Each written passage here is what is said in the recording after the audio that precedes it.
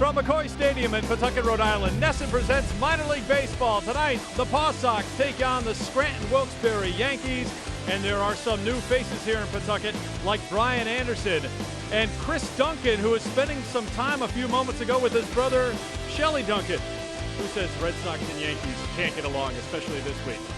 And we welcome you to McCoy. I'm Eric Free, to be joined in just a few minutes by Ken Ryan. This is the start of a big week of baseball right here on NESN. It begins tonight here at McCoy. The Boston Red Sox are off, so we welcome you to join us to watch the stars of tomorrow here at McCoy. And all week long, of course, the Red Sox with some big games in Tampa Bay and against the New York Yankees. And we'll have the annual Futures at Fenway doubleheader right here on NESN when the Paw Sox and the Sea Dogs take the field at Fenway Park. As for our game tonight, we mentioned the new faces, and let's welcome in Ken Ryan as Brian Anderson is added to this roster here for the Paw Sox, a guy with a lot of Major League experience. He has Major League experience, but he has a ton of athleticism. This guy can really run balls down. I mean, that's one thing that Ron Johnson talked about before the game, is this guy can run balls down, go from point A to point B, and he's got some pop. And you see some of the experience he had with the Chicago White Sox, winning a ring with them in '05. But I think he brings that, and he's a very good clubhouse guy, brings a lot of experience in there with some of the younger players in the clubhouse. Acquired less than a week ago from the Chicago White Sox for Mark Kotsay. Naoko Funayama caught up with a center fielder a few moments ago. Thanks, Eric. Brian, it was no secret that you were interested in getting a trade out of Chicago. Now that you're here with Boston, what do you make of your situation? I'm excited. Everyone wants a fresh start somewhere, especially, if things don't go out as planned with the original team. But I'm just happy to be here. It's a great clubhouse here, and hopefully sooner than later I get an opportunity up there. What about going on the DL earlier this season? Has that injury continued to affect you at all? No, not at all. The only thing it really affected was, I felt really good at the beginning of the year and got off to a hot start, and unfortunately I got injured. But sometimes that happens, and you just gotta, kind of try to pick up where you left off. So you got here at 3 a.m. this morning, I understand? Yeah, our guys, we got here a little late, but that's the way it is sometimes, and you deal with it, and you got to make the best of it. And what has Red Sox management, talked to you about your role here with Boston?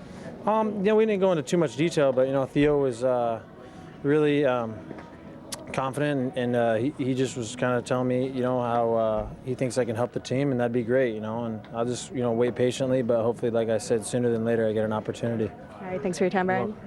Eric. All right, Naoko, thank you very much. He'll be playing center field tonight and batting second for the Paw Sox. We'll have the first pitch here. It's the Yankees and the Pawtucket Red Sox coming up next on NESN.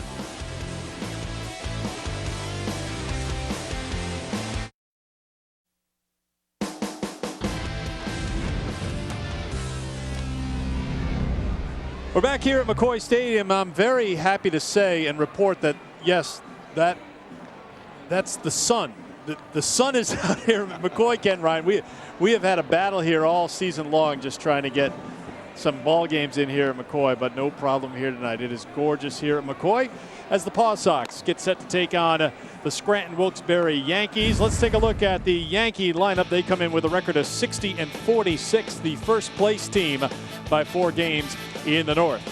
Ramiro Pena will lead off. Colin Curtis bats second. Austin Jackson, their top player, hits third. Shelly Duncan, the leading home run hitter and RBI man in the International League, bats cleanup.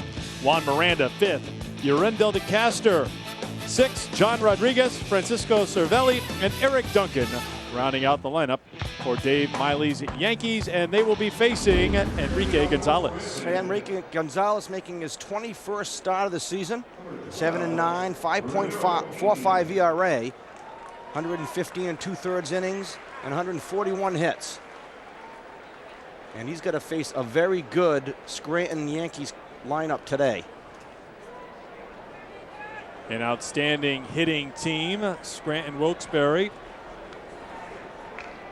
coming in to this game at 260. Which is tied for 6th in the International League. Top team in ERA in the International League. The first pitch from Enrique Gonzalez misses for ball 1. Pena, the shortstop, was ejected from Sunday's game, arguing balls and strikes. These two teams played down in Moosic, Pennsylvania yesterday. That was a win for the Yankees. They have gone 9-2 against the Paw Sox in 2009. They've won 6 in a row, sweeping the series down in Pennsylvania. 2-0 pitch, misses for ball 3, and Gonzalez trying to find the strike zone here to the leadoff man, Pena.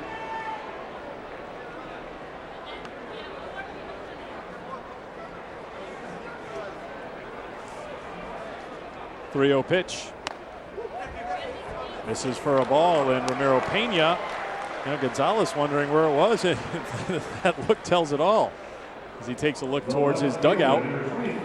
Well, you know, when your first 3 pitches miss the zone, and you can't complain when you miss 3-0 on a fastball. So a little wildness here to the first hitter. Second hitter's Colin Curtis, hitting at .244 with 5 home runs and 19 runs batted in. And Gonzalez finds the strike zone pitching from the stretch. You see the numbers for Curtis here on the season.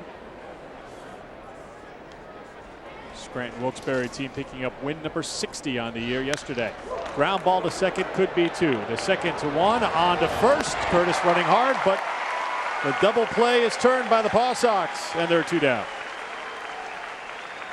Great job by Ivan Ochoa. Able to make a quick turn on this ground ball. Gets himself in position, quick turn, turns his feet. Makes a good feed to Velasquez, who completes the double play. So after giving up a walk to the first hitter, is able to get the double play and get 2 outs here.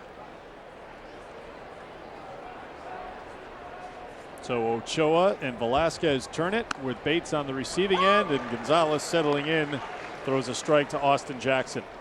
Jackson is 8th in the International League in hitting at .307, 4 home runs, 44 runs batted in. 0-1 pitch. Hit deep to left field. Will it stay fair towards the pole, and it is a foul ball.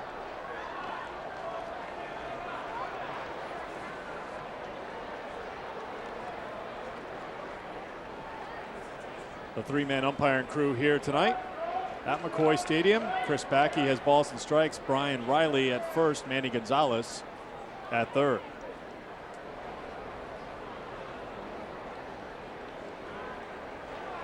Gonzalez ahead in the count. 0-2 to the number 3 hitter Jackson. Tries to find the corner. Misses for ball 1. The dangerous Shelley Duncan waits on deck. 1-2, called strike 3. Jackson down on strikes, and Gonzalez, after a bumpy start for the leadoff man, everything works out. Paw Sox coming up in the first.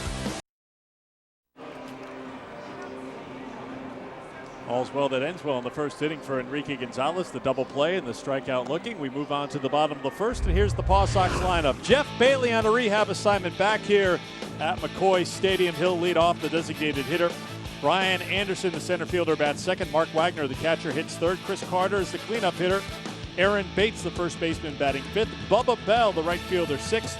Angel Chavez batting seventh. Gil Velasquez eighth, and Ivan Ochoa batting ninth, against a spot starter for Scranton Wilkes-Barre, but the numbers very impressive for Zach Kroenke. Yeah, Zach Kroenke making only his second start of the season. Pitched primarily out of the bullpen, left-handed pitcher, 5-1, and you see the ERA 0.89, and the innings pitched, hits to innings pitched, very good as well. 15 1/3, 34 hits. So he's been very productive out of that bullpen. They're giving him a start today, and he's pitched well for the Scranton Yankees. It's his second spot start of the season. He's come out of the bullpen 25 times this year. His first pitch to Jeff Bailey misses for ball 1. It was a warm round of applause for Bailey. Very popular, of course, here in Pawtucket. The reigning most valuable player in the International League, who has spent a ton of time up in Boston with the Red Sox this season. 1-0, grounded to deep short. Backhanded by Pena. Long throw to first in time. Now Bailey is coming off an ankle sprain, and he will, according to Ron Johnson, the plan for Bailey is Bailey will get 3 at-bats here tonight. Now the ankle sprain and the running hard the first and things like that. That could be things that could affect 3 at-bats, but that's the plan for Bailey. That ankle sprain took place on July 4th, and the rehab assignment begins tonight. He looked good getting down the line right there.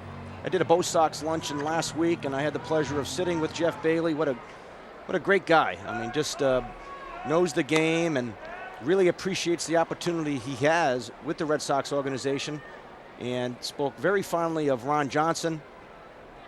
And one of the reasons he told me he keeps coming back and playing this game here in Pawtucket is because of Ron Johnson. I think the reverse holds true as well. Johnson very high on Bailey, a veteran presence, and well, Ron Johnson and Terry Francona talk a lot, so Francona knew what he was getting, and I think Francona likes having Bailey around. Here's Brian Anderson, someone that Terry Francona is very interested in following the progress of, considering he's a University of Arizona Wildcat. Francona's got a soft spot for fellow alums of Arizona. Anderson at .281 in 17 games at the AAA level this year with the 3 home runs and 7 runs batted in. This is his 7th game with the Paw Sox. And 2-1 to count to Anderson. 3-1. Well, Ron Johnson, talking about Brian Anderson before the game, really spoke about his athleticism. And just watching him in the outfield, how he's a true center fielder is what RJ said. You know, this guy goes out and defensively is a real tool to be able to have that on your ball club. Fouled back, and the count is full at 3-2. And that's Anderson's resume, really, that he's known as a strong defensive player. And you see the particulars, Mark Kotze, the other end of the deal. Anderson switched numbers with his former high school teammate, who's his current Paw Sox teammate, Chris Duncan, whose older brother is Shelly Duncan. We'll explain as we go along here tonight. Line drive to center field, but Austin Jackson is there. 2 down. And we'll be talking a bit about Anderson tonight. I would think maybe we will see Duncan, and Bailey's going to get 3 at-bats. The Paw Sox offense certainly has sputtered this year, so there haven't been a lot of at-bats to go around. Defensively, here's how they line up for the Yankees here tonight. It's Colin Curtis, Austin Jackson, and John Rodriguez in the outfield. Eric Duncan, no relation to the other Duncans, at third. Ramiro Pena at short. DeCaster and Miranda on the right side of the infield, and Francisco Cervelli doing the catching. Here is the catcher for the Pawtucket Red Sox. It's Mark Wagner. Ball 1. Wagner started the season with AA Portland, was promoted to Pawtucket, and here at the AAA level hitting .219 with 2 home runs. Fine defensive catcher, rated the best in the Red Sox system by Baseball America. Looks at a strike. It's 1-1.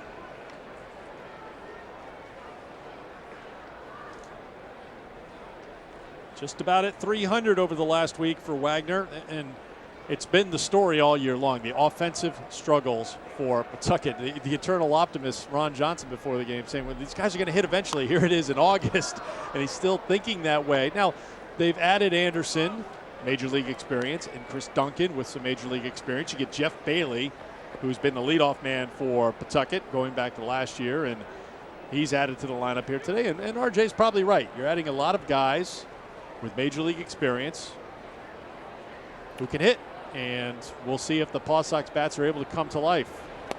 Wagner swings and misses at the off-speed pitch, and that will retire the side. 3 up and 3 down for the Paw Sox at the end of 1, scoreless here at McCoy.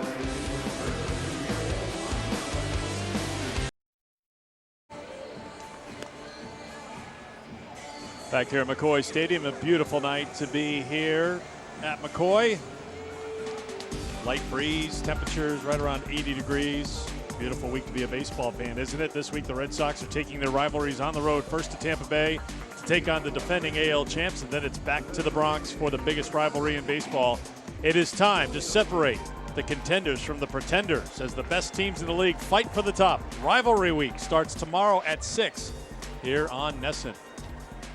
Matt Garza on the mound for the Tampa Bay Rays. We all know what he's been able to do against the Boston Red Sox. So we'll see Tampa Bay for 2, and then the Red Sox and Yankees 4 big games down to the Bronx. First pitch from Gonzalez to Shelly Duncan, fouled back. Now, Duncan, and we've had Scranton Wilkes-Barre here on NESN before. You know Duncan does not cheat himself when he swings. No, he doesn't. There's a reason why he's leading the International League in home runs and one of the leading candidates for the MVP honor. Absolutely. I mean, he's put together a fine season, and a lot of this success has been because of what he's done this year, getting in the 4-hole, 25 home runs, 75 RBIs, and he does not get cheated. When he swings, and we saw him earlier this year, he goes up there and he's going to make the best out of his at-bat. And he sends one high to left center field. Moving over is the center fielder. Brian Anderson puts it away for route number 1.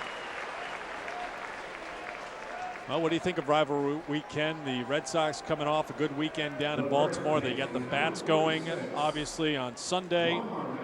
Now trailing the Yankees by a half a game. First, you got to deal with the Rays, though. You know, it's difficult, I think, for some to change that mindset in many ways, where you go from, well, let's just get by Tampa Bay because we got 4 in New York, but Tampa Bay, the AL East champs, they've played very well against the Red Sox, and you're going to see Matt Garza and David Price on the mound with Lester and Penny going for the Red Sox over the next 2 nights. Oh, it'll be a challenge, there's no doubt about it. Anytime you play Tampa Bay and right now, and they're playing very well, and then you got the Yankees, and that's a different Yankee team that they saw earlier in the year. And that's a team that has been hitting the ball, doing everything, and it'd be a good test at this time of the season just to see where exactly they are. Juan Miranda, I would say Pawtucket is playing him to pull. Yes, they are. I'm sorry, I didn't mean to work your side of the street there, Ken. 2-0. Working outside. It's 3-0 to Miranda. Another very good hitter for Scranton Wilkes-Barre. 15 home runs, 62 runs batted in. He's 4th in the league in runs batted in. Rendell DeCaster waits on deck. 3-0 coming to Miranda. Swinging 3-0 and fouling it back.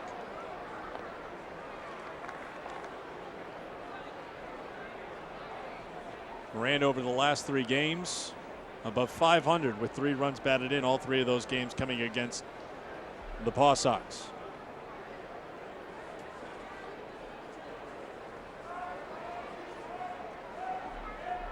(3-1) coming in a moment. Yesterday was a 3-0 win for Scranton Wilkes-Barre. Junichi Tozawa was the tough luck loser for Pawtucket, making his 2nd start at the AAA level. This one is shot to center field. Anderson going back to the track, to the wall, and he runs it down.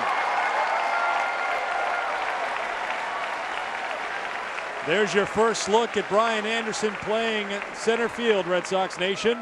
2 away. Well, we talk about getting from point A to point B. Now, where he started on this, here's the ball. Now watch how fast he makes up the ground here. And then just before the wall, that's a terrific catch. Having to know where the wall is. And Miranda can't believe it. Here is DeCaster, the second baseman, batting .310. 3 home runs and 9 runs batted in. Anderson made his major league debut back in '05. Didn't play a lot that rookie year, but played enough to earn a World Series ring with the Chicago White Sox.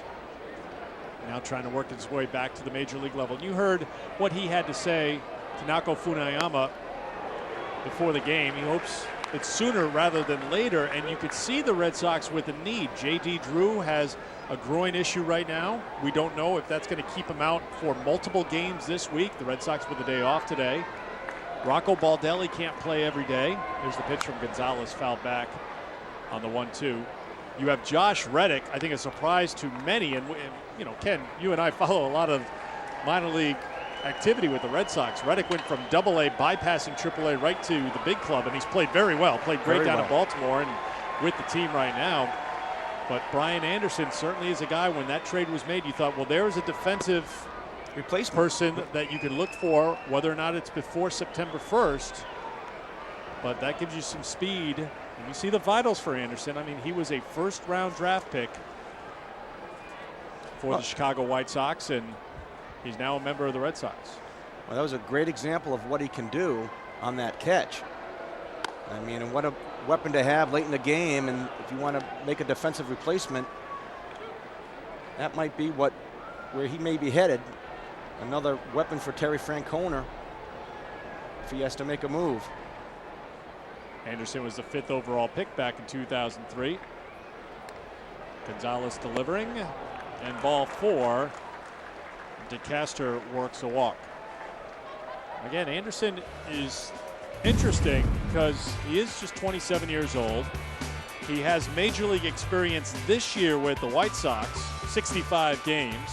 You see the fielding percentage numbers and World Series rings, so you get that major league experience. Now you've had that time taken away. You're now down to the minor league level. So Brian Anderson's here working hard to make it a short stay here at Pawtucket. And you know, the interesting thing, and you talked about it, and you mentioned what Ron Johnson said before the game. You know, some guys make easy plays look hard. You get the sense with him it's going to be someone who could make hard plays look easy. And that's something J.D. Drew, for all the criticism he receives, he does it a lot in right field at Fenway Park. He'll get to a lot of fly balls that some guys would have trouble with, and I think we'll see that with Anderson. You saw the pitch get by Wagner, so DeCaster moving on to second base with 2 down. And it's instincts. I mean, it's knowing where to play a guy, but reading the ball off the bat and being able to see it. And you mentioned J.D. Drew. He does that very well. He may not be as quick as Brian Anderson or other fielders, but he's able to get to balls, and he does make the difficult catch sometimes seem very easy. Number 7 hitter for the Yankees, John Rodriguez, the right fielder at 277 with 13 home runs and 47 runs batted in.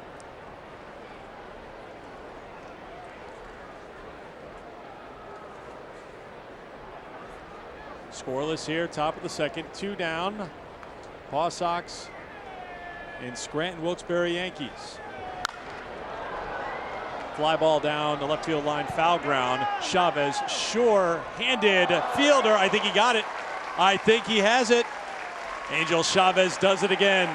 A tremendous defensive third baseman reaches in to the luxury suites here at McCoy Stadium, and that retires the side. Good play by Chavez at the end of 1.5. Scoreless.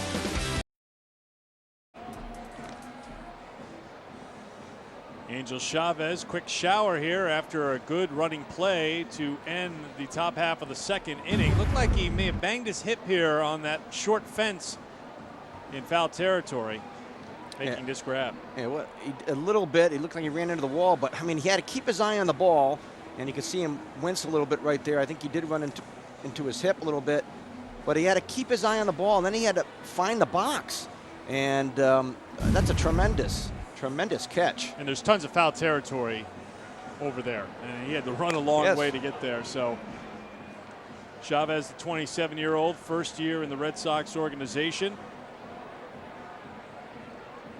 making a good catch. A couple of good defensive plays that inning with Anderson in center field, and Chavez, one of the top defensive players in the league. We move on to the bottom half of the second inning. Chris Carter, Aaron Bates, Bubba Bell to face Zach Kroenke. Carter to start things off, current leader in home runs and RBI for Pawtucket. Paul McAnulty is still #1 on the statistical charts when it comes to homers and RBI, but he's since been released by Pawtucket, as was Travis Denker, as room was made for Duncan and Anderson. First pitch, a little tight for ball 1.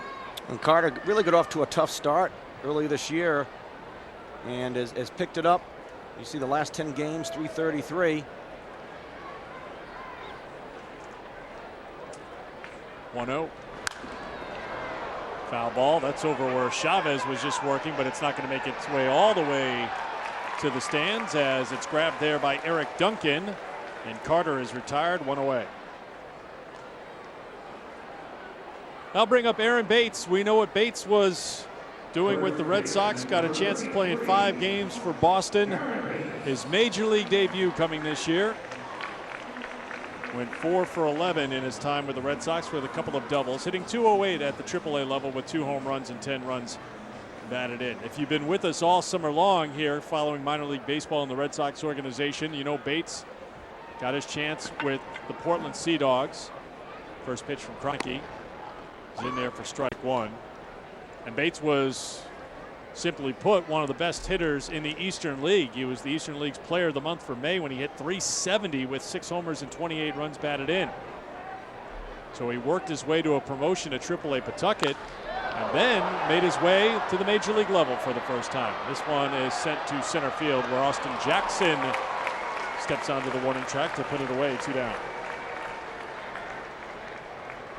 And things are starting to come around a little bit, struggling since he's been here in Pawtucket, but the last 2 games, multiple hit games, so things looks like he's turning the corner as we head into August here for Aaron Bates. Here's a guy to root for here. You want to root for the underdog, it's Bubba Bell. What did Ron Johnson say before the game? He wants to have a seance to try to get this curse that's on Bell right now. He's 0 for his last 20. He's been hitting the ball hard at times, but right at people. So I don't know if they had time before the game for a little pregame seance. Well, let's see what Bubba's able to do. Another promoted Sea Dog. Broken bat to the second baseman, to Castro to first. Well, you hit it at someone or you break your bat. It's one of those runs here for Bubba Bell. 3 up, 3 down, and after 2, we're scoreless here in Pawtucket.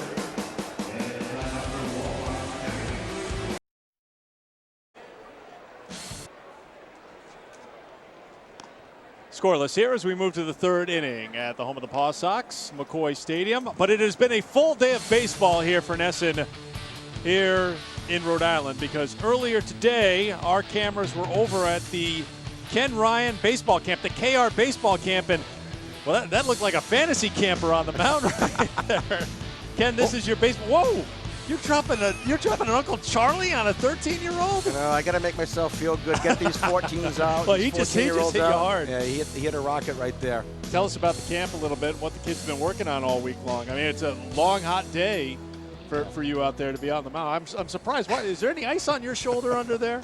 Yeah, I'm having trouble scratching my back of my neck here, but no, it's a lot of fun, and we have that's our second camp of the season. We run that in Pawtucket, and a great bunch of kids. They have a lot of fun. We do a lot of drills, and in the afternoon we play games. But we've been running it now for 5 years, and it's always a lot of fun. I love working with kids. I really do, and I love to see the progression. You start on a Monday, and then by Friday you start seeing that, you know, everything come together. You're throwing a curvewball to these guys on a Monday. Why don't you let them work into it? Why don't you drop by that Friday on they'll be Friday? hitting bombs off me.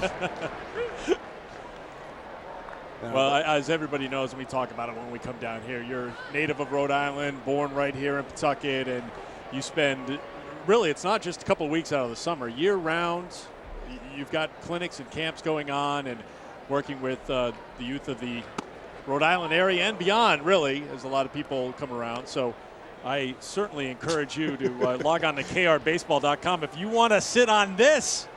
Oh, man, you froze him. That was almost like an ether suspension right there. Yeah, I didn't see. Is Bob Tewksbury in the building tonight? That's a pitch he was able to finally tune. Check swing, and the count is full to Francesco Savelli. You know, the funny thing is when you know, for me, I played professionally for 15 years, and when I got done playing, I really didn't want to do anything with baseball. I tried to go in a different direction, but you know, the game has a funny way of pulling you back, and enjoy what I'm doing now, working with young players and at the KR Baseball Academy here in Pawtucket. Again, krbaseball.com if you want more information, because Ken's running camps and clinics all year round. And, you know, you go with what you know.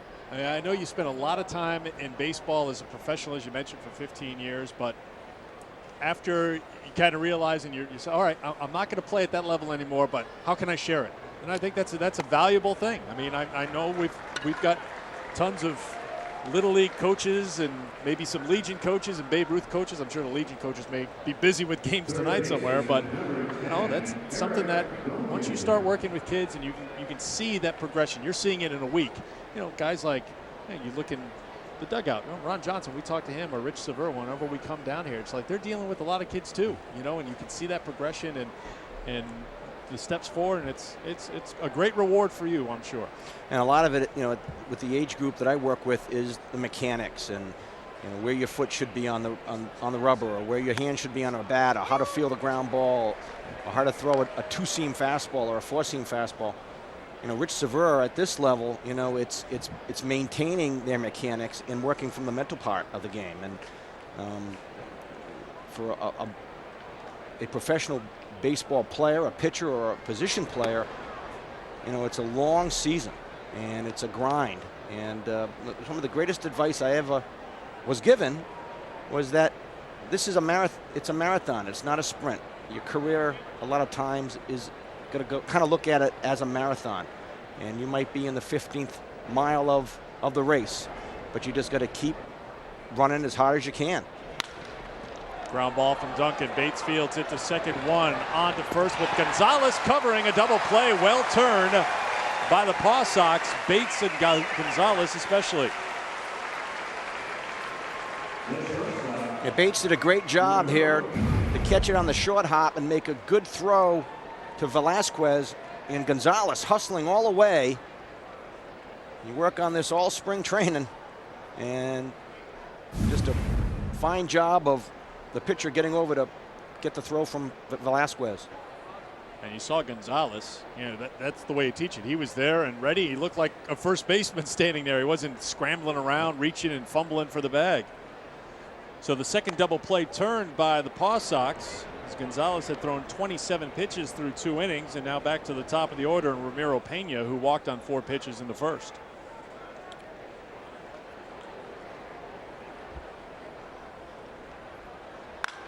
Line drive, no getting this one for Bates. Heading down towards the corner as Pena makes the turn and makes it all the way to the wall. Bubba Bell up with it. Pena will hold at second with a 2-out double.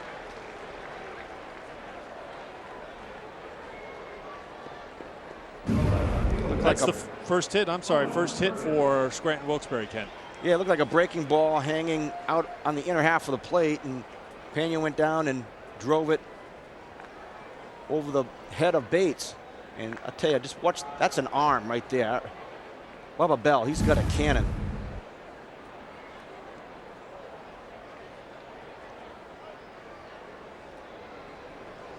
Eighth double of the year for Pena. He leads off second with 2 down, and here's Colin Curtis. Curtis grounded into a double play, 4-6-3, his first time, and he looks at ball 1. Gonzalez on the season 7-9 with a 5.45 in 20 starts. He was 5-1 at one point this season. Last time out Wednesday at Buffalo, lost 3-0. The Paw Sox made 4 errors behind him in that game. So far, 2 double plays turned and a couple of good plays by Anderson, the center fielder, and Chavez, the third baseman. So much different. This one hooked foul. Well, Gonzalez got away with a changeup up in the zone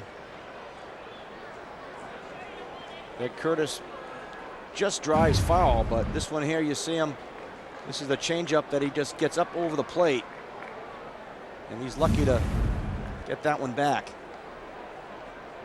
That statistic right there will tell you about the run support for the starters for the Paw Sox. A sub-4 earned run average for Gonzalez with 12 strikeouts, a high walk total in the last 4 starts, but no wins to show for it. 1-1 the count to Colin Curtis. Low 2-1. Curtis started the year at Double-A Trenton, played 56 games in the Eastern League, hitting .268. Sent up to the Triple-A level on June 22nd.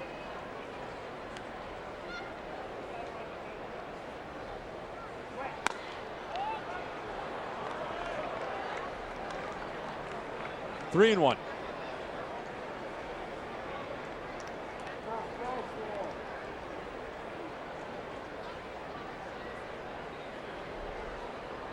Gonzalez took on Scranton Wilkes-Barre back on May 24th, a game we had for you right here on NESN.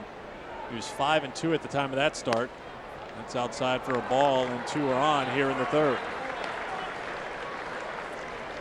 Gonzalez in that game went 5, gave up 10 hits, 8 runs, 6 earned, 2 walks, 6 strikeouts. And we mentioned the numbers. Scranton Wilkes-Barre has owned the series. They're 9-2 against the Paw Sox this year, and some of the key stats like run differential, batting average, not even close. You take a look at the first 7 for Gonzalez when he had that 5-1 record, but 2-8 since. But a lot of that has to do with lack of run support. 15 shutouts the Paw Sox have suffered this year. And from a pitching standpoint, when your team's not scoring runs, you go out there, and if you get yourself in a pickle, you think any run I give up, that could be the game. And that's why with 2 on and 2 down here in the 3rd inning, Gonzalez has to really bear down against Jackson, the number 3 hitter. Top hitter for this Scranton Wilkes-Barre team. Sends one high and deep to right center field. Anderson moving back, but glides over and easily gets there to retire Austin Jackson and to retire the side. Scranton Wilkes-Barre gets their first hit of the game, but it's scoreless after 2.5.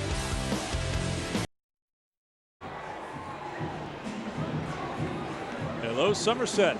We welcome you back to McCoy. It's scoreless as we move to the home half of the 3rd, and we welcome Catherine Tappan back. Let me be the 1,742nd person to wish her and Jay congratulations on her marriage, getting married in the great state of New Hampshire. Can't go wrong there. And just back to work yesterday, so Catherine, welcome back and congratulations. 7-8-9 for the Paw Sox here in the 3rd. Zach Kroenke making a spot start. The last time he made a spot start, he went 4 innings, but he's only thrown 18 pitches through 2 innings, and starts Angel Chavez off with a strike. Yeah, he's been getting ahead of the hitters, going right at him, and why not? Paw Sox have had their struggles this season. Swing and a miss in on the hands of Chavez, and quickly he's down 0-2. Chavez at .238 with 4 home runs and 33 runs batted in. Former member of the Scranton Wilkes-Barre Yankees back in 06 and 07. Down in the count 0-2. Fouls it off to stay alive. Well, Kroenke is a name to remember as the Yankees, and this is what's great about covering these minor league games. I think those in Red Sox Nation want to know what the Yankees are doing just as much sometimes as what the Red Sox farmhands are doing. And Kroenke is a guy that's been mentioned as perhaps someone who can help out the New York Yankees in their bullpen. They've been scrambling and trying to find a number 5 starter. Right now it's Sergio Mitre, who's up from Scranton Wilkes-Barre, and he hasn't really worked out. I don't think they're looking at Kroenke, who played 1 season with Java out in Nebraska. Kroenke, a Nebraska native from Omaha, went to the University of Nebraska. But, you know, this time of year, teams are saying after July 31st, well, you know, can you help your pitching staff out? Can you add somebody? A lot of times teams have to look from within, and Kroenke pitching well for Dave Miley here, certainly this year, getting a start here today. Well, one thing's for sure, he's got a very live fastball. We've seen it through 2 innings already, and a very sharp breaking pitch as well that he likes to throw in on right-handed hitters.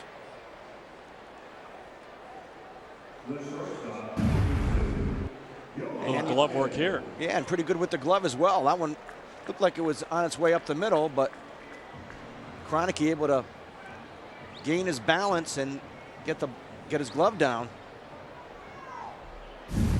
Well, Kroenke's not on the 40-man roster right now for the Yankees, but he certainly pitched himself into the conversation. Last time out, went 2 2/3 against Durham on Friday. Out of the bullpen, no runs, 3 hits, 1 walk, 2 strikeouts. And in that only start last Monday against Toledo, went 4, giving up 4 hits, no runs, 4 strikeouts. Gil Velasquez at the plate for Pawtucket, the number 8 hitter, hitting at 192. Looks at ball 2. One last thing on Kroenke. He was a starter as recently as 2006 at the Class A level. That's when he was converted from starter to reliever. So it's not a foreign spot for him as Velasquez fouls off the 2-0. 92 on the stadium radar gun there from Kroenke. Yeah, a very live fastball. And so far tonight, he's able to spot his fastball, has good command. He's able to throw his breaking pitch for a strike as well. So getting ahead of hitters is the first key. And he's been able to do that tonight. 2-1 to Velasquez. Looked a little low, but it's called a strike, and it's 2-2. And when you're in the zone like he's been, you're going to get those calls. Yeah. A veteran like Velasquez at age 29 knows the strike zone pretty well. So a brief little chat with the home plate umpire. Line drive right center field. Austin Jackson got a good jump, and he gloves it for out number 2.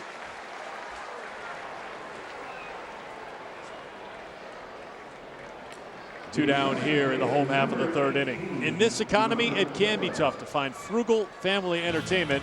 So why not come on down to McCoy and catch the Paw Sox in action? Tickets are available either at the Paw Sox box office here at McCoy, online at pawsox.com, or by phone at 401-724-7300. And you're into August with the kids. Maybe they're not at camp. Maybe they're not at Ken Ryan's baseball camp. Plug.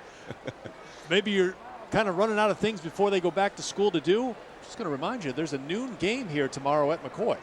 So that's perfect. Weather, yes, a nice warm summer day. You got a noon game. If you're thinking of something to do with the kids, you're welcome.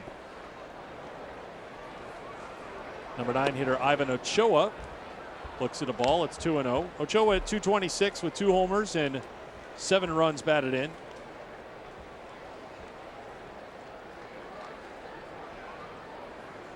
Ivan in his first year in the Red Sox organization, after spending 8 years in the Cleveland organization, was also in the Giants organization. That's fouled back. The count's 2-1.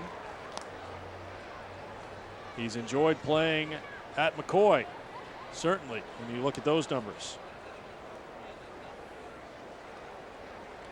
Missed a lot of time this year, went on the disabled list on May 1st with a hamstring injury, so we have not had a chance to see a lot of him. Was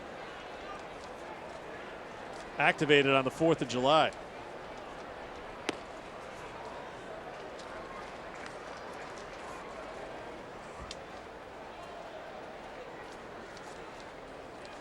Three and 1 to the number 9 hitter. Paw Sox looking for their first hit against Zach Greinke.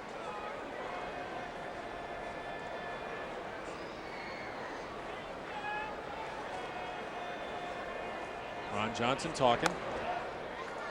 And there is the first base runner of the night for Pawtucket. The number 9 hitter Ochoa is aboard with a 2-out walk. Back into the top of the order, and here is Jeff Bailey, who grounded out to short his first time. Well, Greinke, one of the things he has done, I mean, he's got very, very good numbers, but his base on balls, innings pitched, I mean, he can be wild at times, but so far today, as we were talking about, his command has been excellent. That was his first base on balls of the game. Bailey sends it to right field. Moving back is Rodriguez, and he'll put it away. And that does it for the Paw Sox here in the 3rd. On to the 4th, scoreless at McCoy.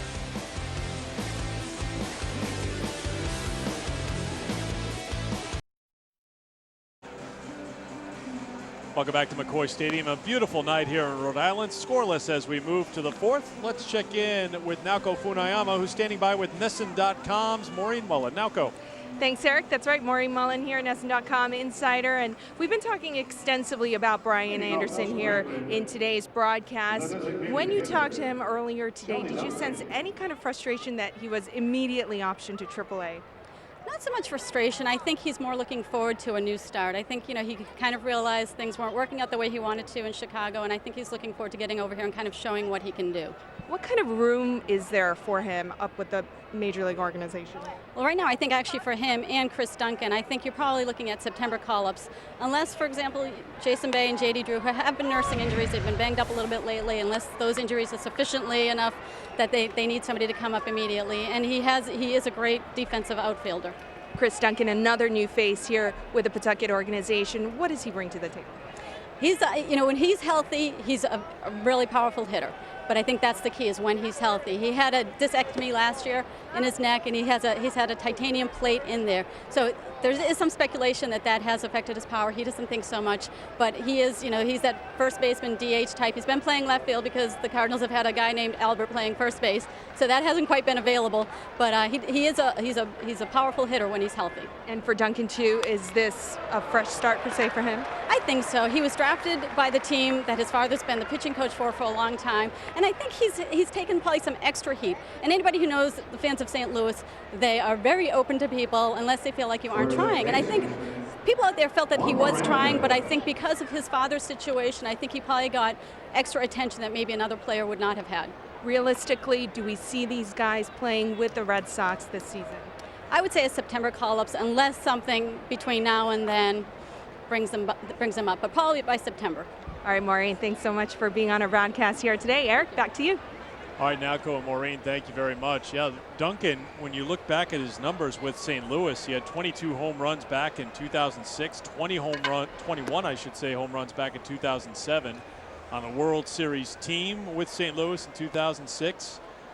But there is that expectation, maybe, you hear the Duncan name and his dad's there certainly, but the Pujols factor, I'm sure, is something that is impossible for anybody to overcome. So you need to find some place to play somewhere else, and that chance could be coming here for Chris in the Red Sox organization. His older brother Shelley leading off with a single here in the 4th inning.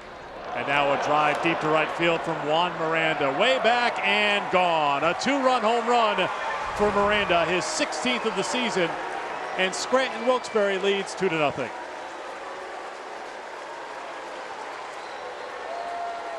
Well, Juan Miranda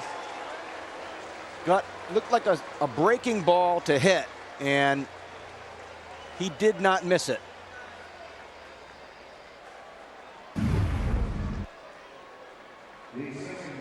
Out over the plate, and he just back-legged it and drove that very deep into right field. Now 64 runs batted in for Miranda, top 5 in the league. That's one way to go over the top of any shift that would be implemented tonight. Now a line drive down the right field line, holding up in the air now for Bubba Bell, who puts it away, 1 down. Well, you look for a pitch to hit, work a count, and then you get one that's just right in your wheelhouse. And there was no doubt about that. Bubba Bell just trotted back, but he knew that one wasn't coming back.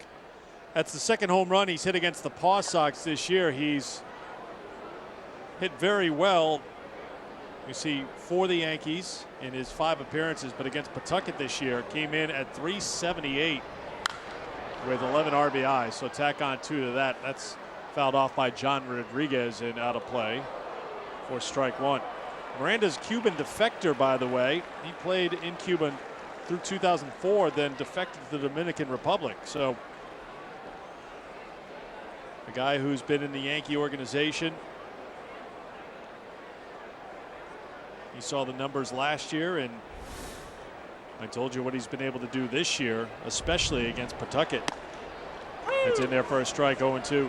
Good fastball by Gonzalez down at the knees. That's where he has to stay. He's elevated a couple pitches, and one to Duncan to start the inning, and then one to Miranda. And if you're going to miss, that's where you want to miss. Down below the knees, you're not going to be hurt there. 56 pitches now for Gonzalez.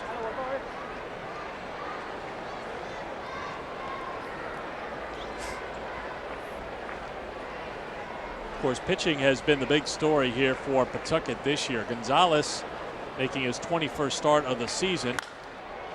There's a fly ball, foul ground. Can Chavez do it again? He doesn't have to reach into luxury suites this time. He's covered a lot of ground over there tonight, 2 away. But you think about the pitching that's come through Pawtucket this year. Michael Bowden is still here, and it sounds like he's finding his stride and pitching well right now for Pawtucket. Went 7 innings Thursday against Buffalo, gave up just 1 run on 6 hits, no walks. Clay Buchholz has put up the big numbers, as you see Bowden in the dugout here at McCoy. We know Buchholz's numbers with the Paw Sox, 7-2 and a 2.36 earned run average. Struggling right now with the parent club, as that's fouled back by Cervelli.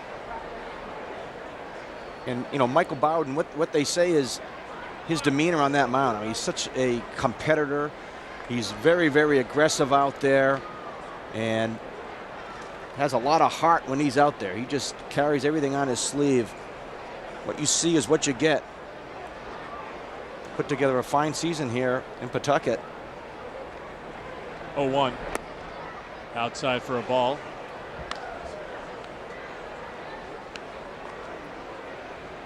Beautiful Monday evening here in Rhode Island. Eric Freed, Ken Ryan, Naoko Funayama, and our NESN crew here at McCoy Stadium, the home of the Paw Sox. Minor League Baseball on NESN with Scranton Wilkes-Barre taking on Pawtucket. Our first taste of Yankees-Red Sox this week. Of course, the Boston Red Sox and the New York Yankees will meet in the Bronx on Thursday evening. Not quite a full moon yet, but getting there. Well, this is a perfect, absolutely perfect summer evening here. After some just terrible weather all season long for the Paw Sox, for the teams in the International League, for baseball teams all throughout the Northeast. Good play at second base by Ochoa on the first to retire the side. But Juan Miranda goes deep. A 2-run home run has put Scranton Wilkes-Barre on top 2-0 in the fourth.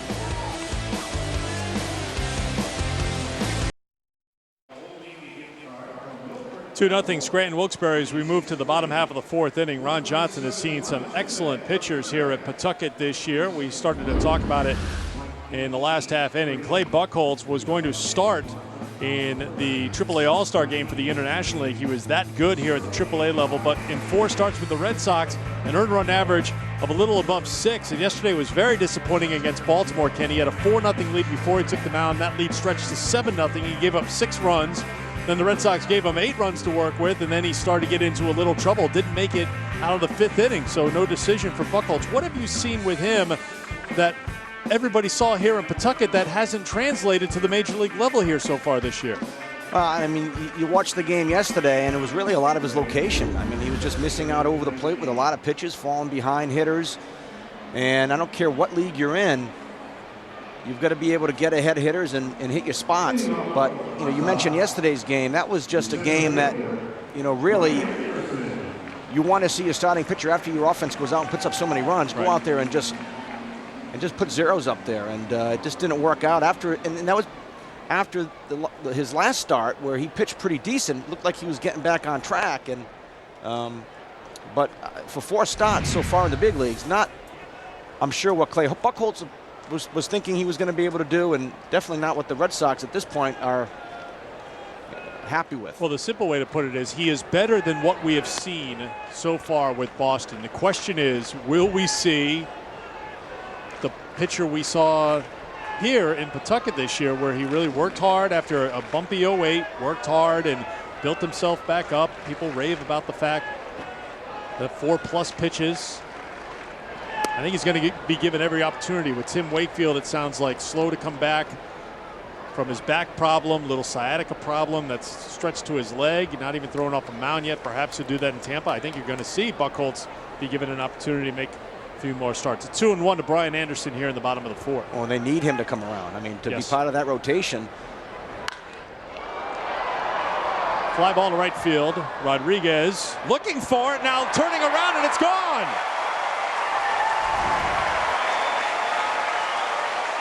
It looked like John Rodriguez was settling under it. Then he turned around, it was over the fence, and it's a home run for Brian Anderson. 2-1 Yankees. Well, at first, I didn't think it was gone either. You watched John Rodriguez, it looked like this was just going to be a routine fly to right, but next thing you know, he turns around, and this ball is out of here. I mean, he hit it good. I think Anderson knew, and he just didn't see it. Yeah, he lost in the twilight, it appeared, and there wasn't anything he can do about it anyway. So Brian Anderson has homered, showing a little pop in the bat, his second home run of the season.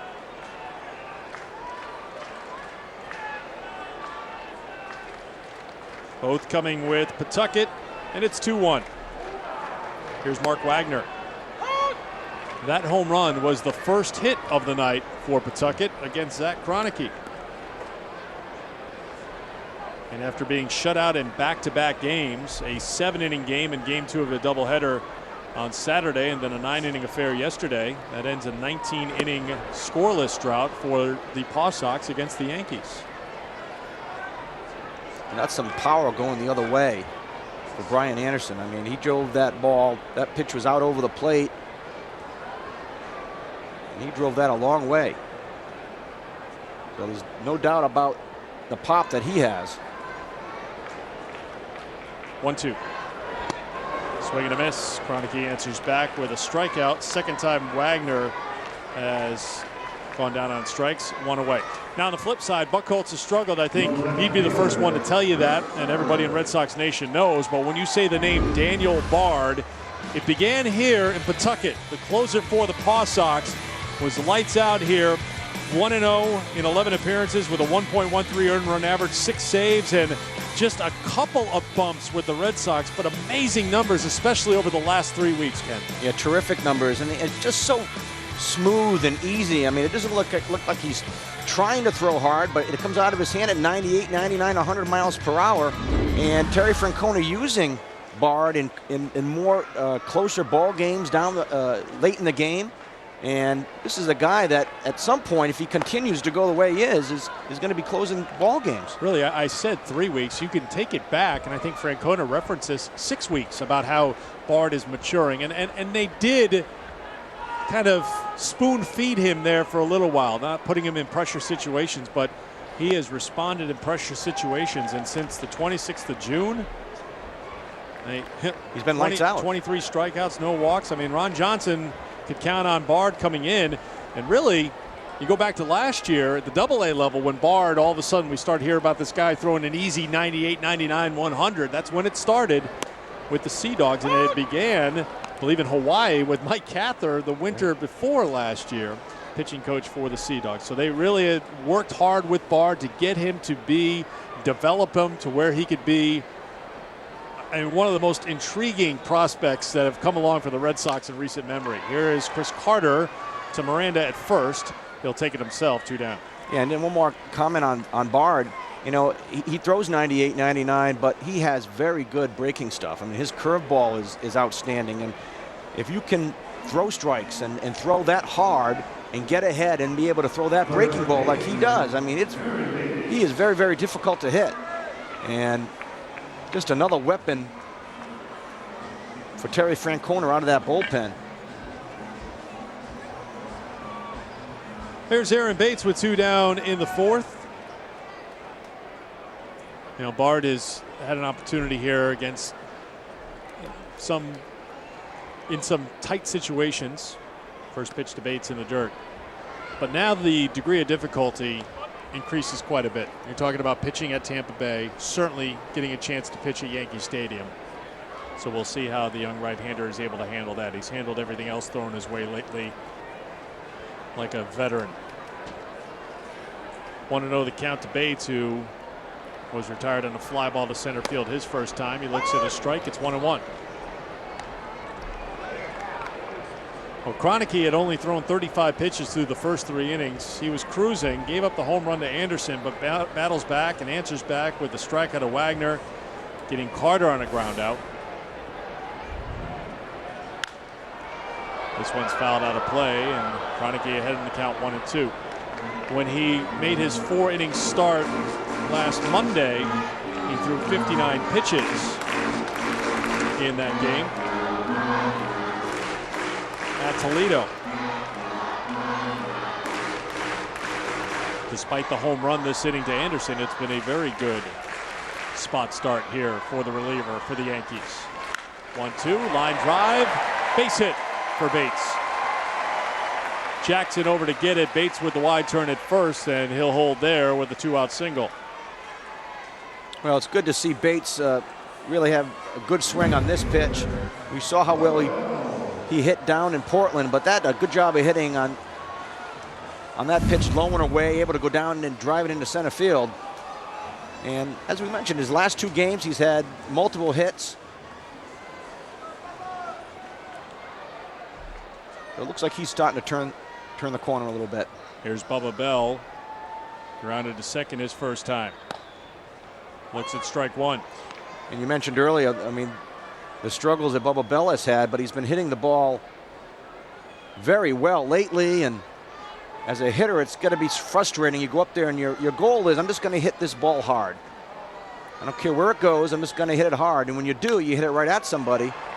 This one's tapped to second base.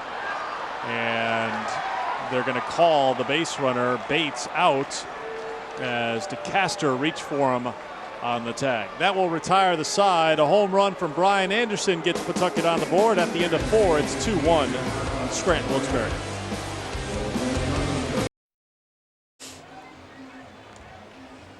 Yankees on top of the Paw Sox 2-1 here as we move to the 5th inning. Wednesday is Paw Sox team poster and autograph night at McCoy. Pawtucket plays the Norfolk Tides at 7:05, and all fans entering the stadium will receive a full-color Paw Sox team poster suitable for framing. From 5 to 6 before the game, fans will also be allowed on the field at McCoy for pictures and autographs of all their favorite Paw Sox players. That's Paw Sox team poster and autograph night Wednesday here at McCoy Stadium. Brian Anderson with a solo home run to get Pawtucket on the board in the 4th. Time for the top of the 5th. 9-1-2 for Scranton Wilkes-Barre. Duncan, Pena, and Curtis to face Enrique Gonzalez. Fouled up and out of play, and it's 0-2 to Eric Duncan. Grounded into one of 2 double plays turned by the Paw Sox here tonight.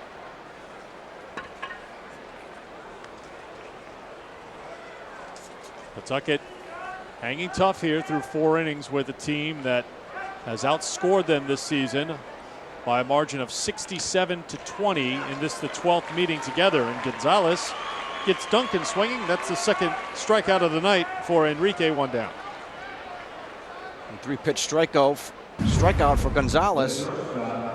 Nothing fancy here, just rears back and blows the ball right by Duncan. Gonzalez will not overpower you, but with that slider and that changeup, when he hits his spots, can be very effective. Here's Ramiro Pena, who doubled to right his last time. He's been on base twice this evening. Enrique Gonzalez has major league experience.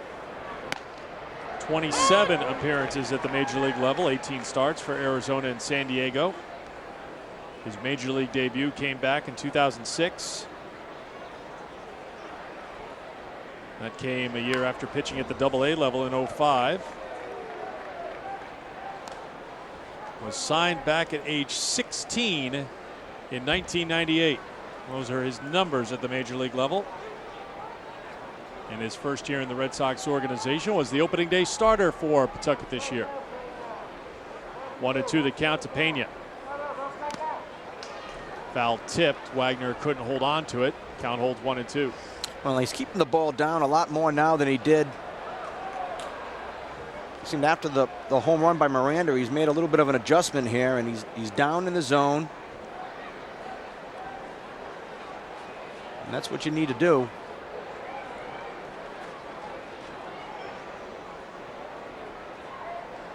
I'm sure Rich Lever talked to him between innings saying, hey, you don't have the ability to really overpower a lot of these hitters. You need to keep the ball down, get ground balls, keep them off balance, but let's stay down in the zone.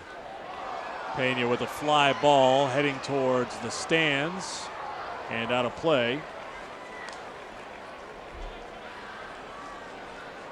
Pena is a guy who spent time with the New York Yankees this year. Originally signed by New York as a non-drafted free agent back in 2005. Was in the Futures game in 2008. Played in the big leagues this year. 46 games with New York before being sent down to Scranton on July 2nd. He's sent down on strikes here in the 5th, 2 down. Back-to-back strikeouts for Enrique Gonzalez. And Gonzalez in a pretty good groove. This is a changeup, and that just freezes Pena.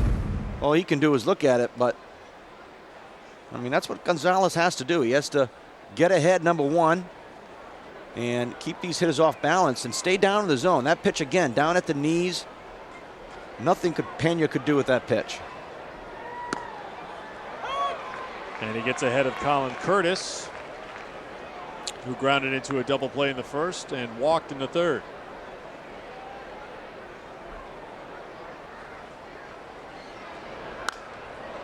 Fouled back, and Gonzalez is ahead 0-2.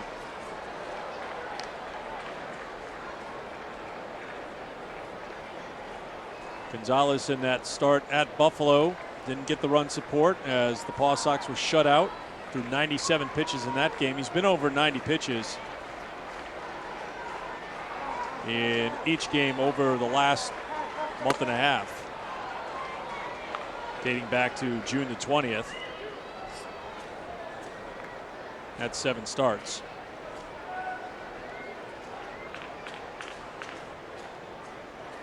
One and two, the count to Curtis. Fouled straight back, and the count will hold at 1-2.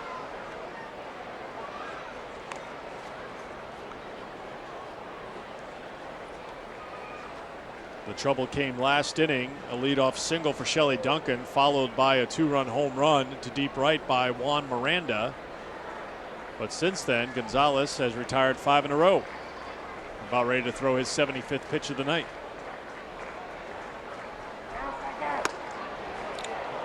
Tried to grab that corner. He hasn't been rewarded with the call on that side of the plate tonight. It looks like a couple of times. Well, that's a he's good been miss. Itching for it. I mean, you talk about missing. That's a good miss. You miss inside, off the plate, changes the hitter's eyesight a little bit, and then you can go away and get a lazy ground ball to second. And it's scooped up there by Ochoa, and it's an easy inning for Enrique Gonzalez. 1-2-3 go to the Yankees at the end of 4 1/2. 2-1 Scranton.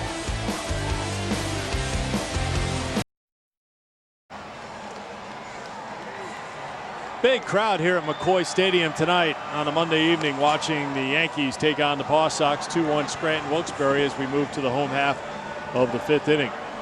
For the latest New England sports news, visit NESN.com today to read about Clay Buchholz's growing pains in the majors, why Ray Ventrone is the hardest working guy at Patriots camp, and what Terry Francona had to say about Victor Martinez joining the Red Sox. Read those stories and more today at NESN.com.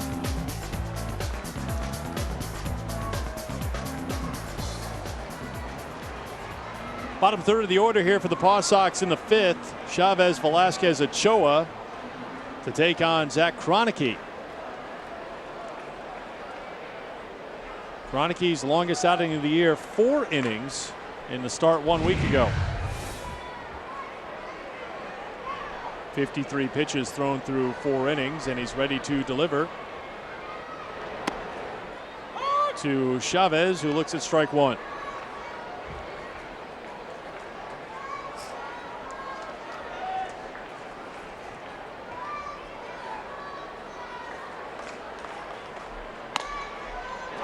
There for strike 2. Once a reliever, always a reliever, even when you're a starter, right? You're going to work from the stretch no matter what the situation. If you're being called on by your manager to make a spot start, absolutely. I mean, go with what you're comfortable with. Yeah, he's pitched out of the pen most of the year.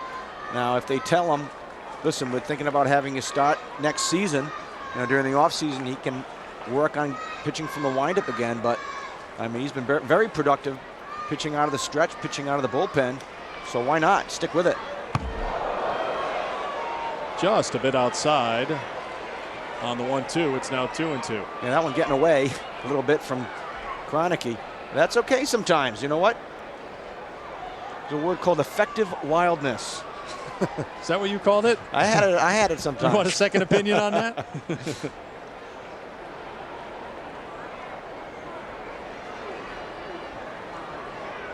2-2. Hit hard to second base, gobbled up there by DeCaster. And there's one down here in the 5th inning. The numbers on Kroenke here tonight as he has one down here in the 5th. Next pitch will match his season high for this year. Now looking in on Gil Velasquez. Lined out to center field last time up. Inside for ball 1. And one thing he's done tonight is he hasn't had a lot of deep counts. It's kept his pitch total down.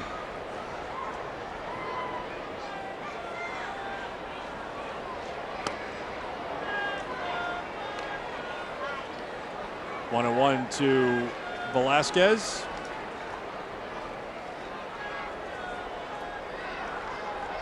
Ivan Ochoa on deck for the Paw Sox.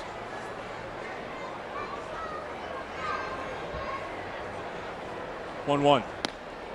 Swing and a miss. It's 1-2. Gil, of course, spending some time with the Boston Red Sox this year. 2 separate stints with Boston. Getting to 6 games total with Kevin Youkilis on the disabled list, Jed Lowry on the disabled list. There was a need for some infield depth, which Velasquez provided. Swing and a miss in the dirt. Cervelli picks it up, throws on the first, 2 down. That's 3 strikeouts now for Kroenke. You wonder with a guy who is making just his 2nd start of the season, he's pitched well, just giving up the 1 run. Would this be the last inning for Kroenke? There is some activity in the Scranton Wilkes-Barre bullpen, so I think that would answer that question. Well, he's probably on possibly a 70 to 75 pitch count. Here's Ochoa. Fouled off for strike 1. Michael Dunn, left-hander, up and throwing in the Yankee pen.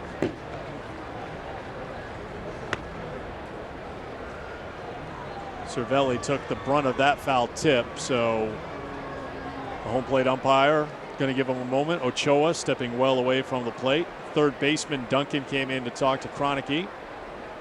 And meanwhile, Francisco Cervelli nods that he's okay. Ochoa, I think, was the one asking if he was ready.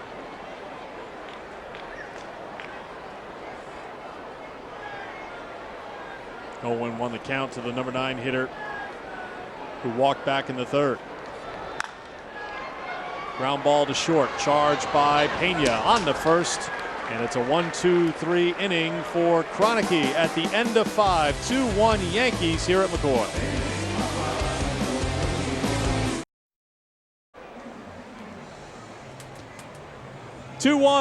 As we move on to the 6th inning here at McCoy Stadium in Pawtucket. For the 2nd straight year, NESN is proud to bring you exclusive live coverage from Bristol, Connecticut of the Little League New England Regional Tournament presented by Stop and Shop. Cheer on teams from your own communities, including Portsmouth, New Hampshire and Lincoln, Rhode Island, as they fight to earn a spot in the Little League World Series in Williamsport, Pennsylvania. Live round-robin coverage begins Wednesday, August 12th, right here on NESN.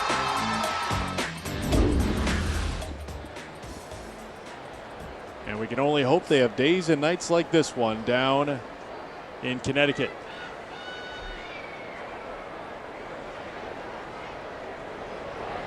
First pitch from Gonzalez misses for ball 1 to Austin Jackson. Jackson 0 for 2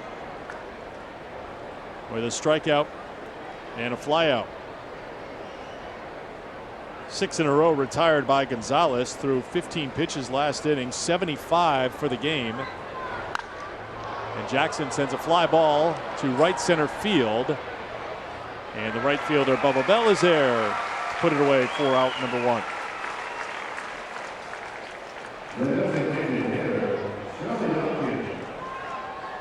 Real challenging part of the batting order here for Gonzalez. He gets by Jackson, the leading hitter for Scranton Wilkes-Barre, who's now 0 for 3 tonight against Gonzalez. But now it's Duncan and Miranda waiting to take on Gonzalez. Duncan with a hard hit single his last time up and scored on the home run by Miranda. Well, Duncan got a hanging changeup his last time up.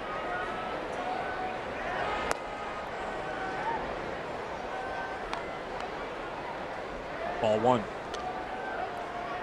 Impressive numbers for Shelley Duncan, who was called up to the Yankees this past weekend, but they made a move for Jerry Hairston Jr. and Duncan was then sent back down to Scranton Wilkes-Barre. So he was there one day with the parent club, but did not play. Well, you got to believe that that time will come for Shelley Duncan. You don't put up numbers like you have here, and I mean, he's one of the candidates for the most valuable player here in the International League. That chance will come for him. There's no doubt about that. In his major league career, he had a memorable stretch when he was first called up of 8 games where he hit 5 home runs, 8 career home runs in 57 major league games. But you have to wonder, for a guy like Shelley Duncan, who's going to be 29 this September, will that chance come with the New York Yankees? A hard hit ball to left, and backing off is the left fielder Carter, and Duncan has his second hit of the night. I mean, you look at Mark Teixeira locked in at first base for a period of time. Yankees seem to have no shortage of designated hitters with some of those aging players. You know, maybe as the roster turns a little bit, maybe they'll think of finding a spot, but you have to wonder too. And again, you know, we talk about it every time we're on the air here with these minor league games. Would Shelley Duncan love to play at Yankee Stadium for the Yankees? No question about it. Would he play for the Washington Nationals if he was traded there tomorrow, which it meant he was going to play at the major league level? No doubt about it. I mean, that's just the life that these minor league players lead. You know, all these Red Sox players here for Pawtucket, sure, they'd love a chance to play in Red Sox Nation, but if they're going to get to the major league level quicker through another route, that's the way they want to go. Here's Miranda with the 2-run homer last time. Well, if you poll any of these players and you ask them, where do you want to play? I don't think it really matters to them as long as they're in the big leagues. That's what the ultimate goal is for every one of these players. If it's with the Red Sox, that's terrific. If it's with the Yankees, that's great. But it doesn't really matter. Miranda with a high fly ball to left field. Carter doesn't have to move too much to put it away. 2 down. Well, we had an interesting case here when the Indianapolis Indians were pitching here, and Ian Snell, the pitcher for Indianapolis, who asked to be sent down to the AAA level from Pittsburgh, he has since been traded by the Pirates right at the trade deadline. And that was an interesting case where probably the one exception where somebody didn't want to be at the major league level, but he thought that situation in Pittsburgh wasn't right for him, and surprised that he was able to be dealt by the Pirates.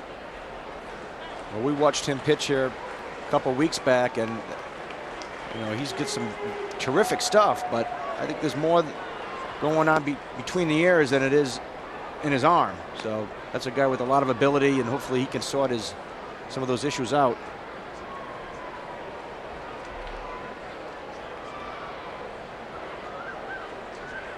Snell getting a start back at the major league level last night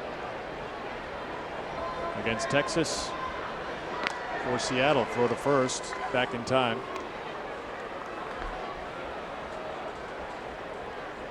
Well, you got guys like Snell, who has to be sent back to the AAA level, Duncan, who's doing all he can to get to the major league level, and then you have someone like our batter in DeCaster, who on June 29th was signed from Fargo Moorhead in independent league ball in North Dakota. This one out towards right field where Bubba Bell puts it away. He's a guy who was in the AAA level in DeCaster and then tried to work back through the independent league, and here he is back at the AAA level. But he's retired to end the top half of the 6th. Bottom of the 6th coming up, 2-1. Okay, thanks. Welcome back to McCoy Stadium. Eric Freed, Ken Ryan, Naoko Funeyama all with you here, and our NESN crew as Scranton Wilkes-Barre takes a 2-1 lead into the bottom half of the 6th inning. And a new pitcher for the Yankees, Zach Kroenke, very strong. 5 innings of work, 2 hits and 1 run. He gives way to Mike Dunn. And Mike Dunn making his 5th appearance for the Scranton Wilkes-Barre Yankees. He started the season in Trenton for the Trenton Thunder, pitched very well and was promoted to AAA. And you see the 4.26 ERA, only 4 games, 6 1/3 innings. So he's in here to get some work and preserve this 1-run lead.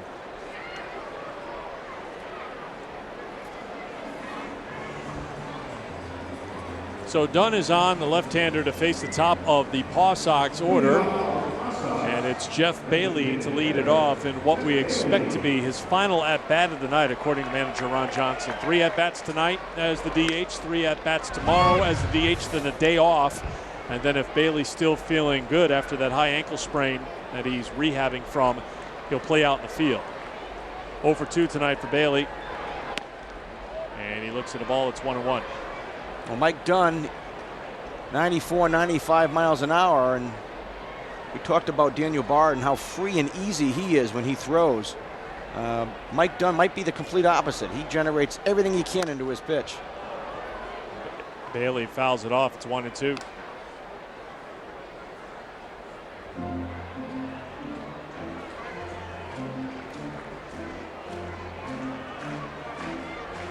Bailey, of course, an unlikely leadoff hitter, but he's a guy who gets on base. Well, he led off a lot last year for Ron Johnson, and he delivered. Again, we talk about the relationship Bailey has with RJ, and breaking ball, Bailey with a big swing and a miss. 1 down here in the 6th. And let's check in with Naoko Funayama. We're here with a special guest, Eric. A protagonist of a suspense novel is actually a Paw Sox player. And our special guest is the author of that book, Intent to Kill, James Grappando. Thanks for joining us here. Tell us a little bit about the background. Why choose the Pawtucket Red Sox as a background for your protagonist? Well, I've been a Sox fan since my first baseball bat had Carl Yastrzemski's name on it. So, and I've written 15 novels of suspense, and I wanted to do a suspense novel that had a baseball theme to it. So you pick your favorite team, and that's the Red Sox. And the Paw Sox were an easy choice for an organization because I wanted my protagonist to be one of these players that fans root for really before they've made it. And I find that the Paw Sox fans really pull for their players through the minor leagues and want to see them succeed in the big leagues, unlike any other organization. So it really fit well with the storyline to put the Paw Sox in it. And you're here for your book signing. What kind of reaction have you gotten from fans? Well, from fans, it's been amazing. They're all kind of like doing a double take. Like, there's a book about the Paw Sox, and then they realize it's a suspense novel and a mystery, but they love it. And the owner of the Paw Sox couldn't be a more gracious host. Ben Mondor, he's been great. He let my son Ryan, standing to my left here, throw out the first pitch today.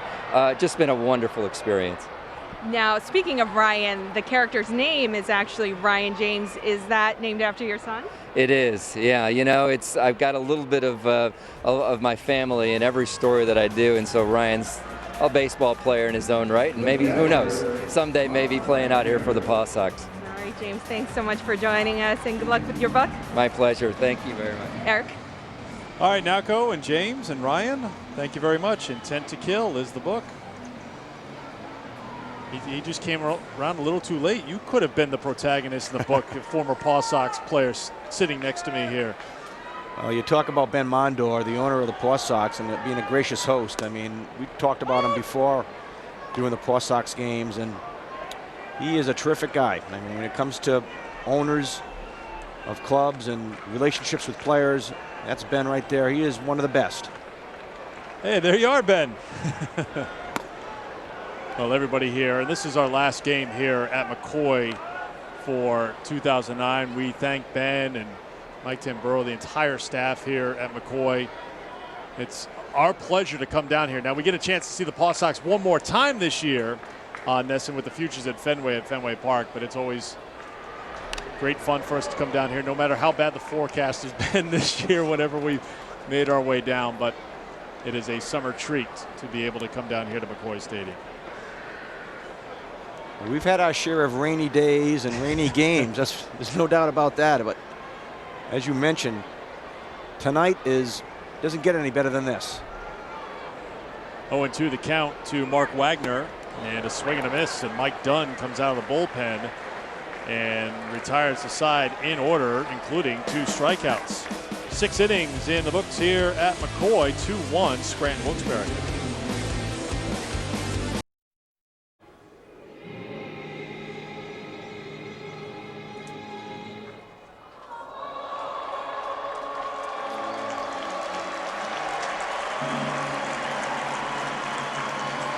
Big crowd here at McCoy reaching for that final note of God Bless America. Always a challenge, but they come through every single time. 2-1 Scranton Wilkes-Barre on top of the Paw Sox at the end of 6 innings here at McCoy Stadium. On Saturday, join NESN for a doubleheader showcasing the talent of the Red Sox developmental system. The 4th annual Futures at Fenway doubleheader kicks off at noon with the AA Portland Sea Dogs, followed by the AAA Paw Sox at about 3:30.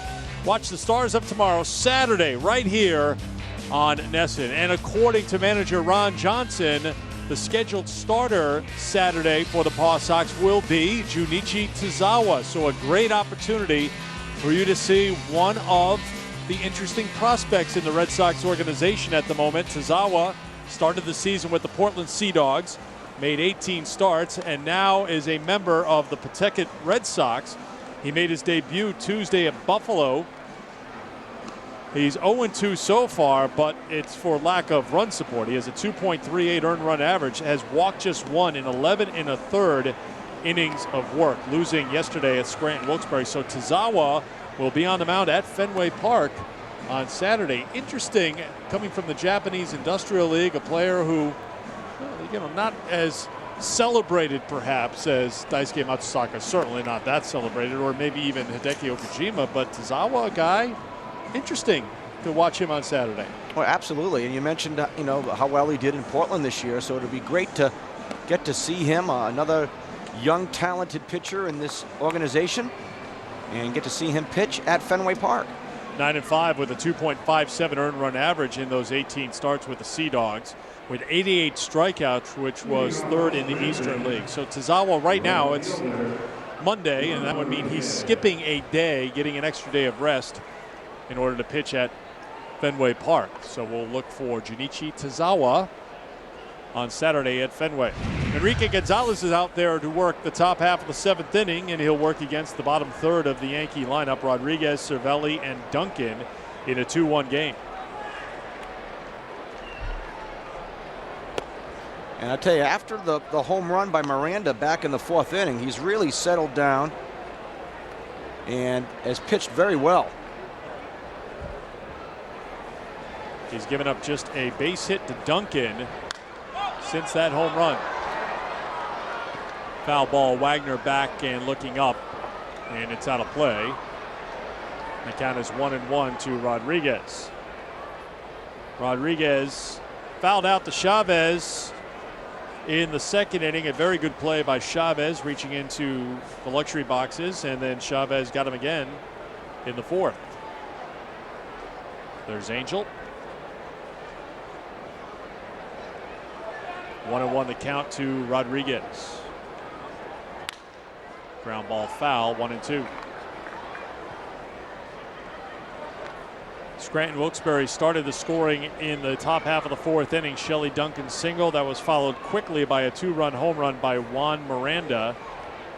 And Dave Miley's team had a 2-0 lead. That was answered back by Brian Anderson, leading off the bottom half of the 4th inning. A solo home run to right. That's where we stand right now, 2-1. 90th pitch of the night from Gonzalez is fouled off, and the count will hold at 1-2.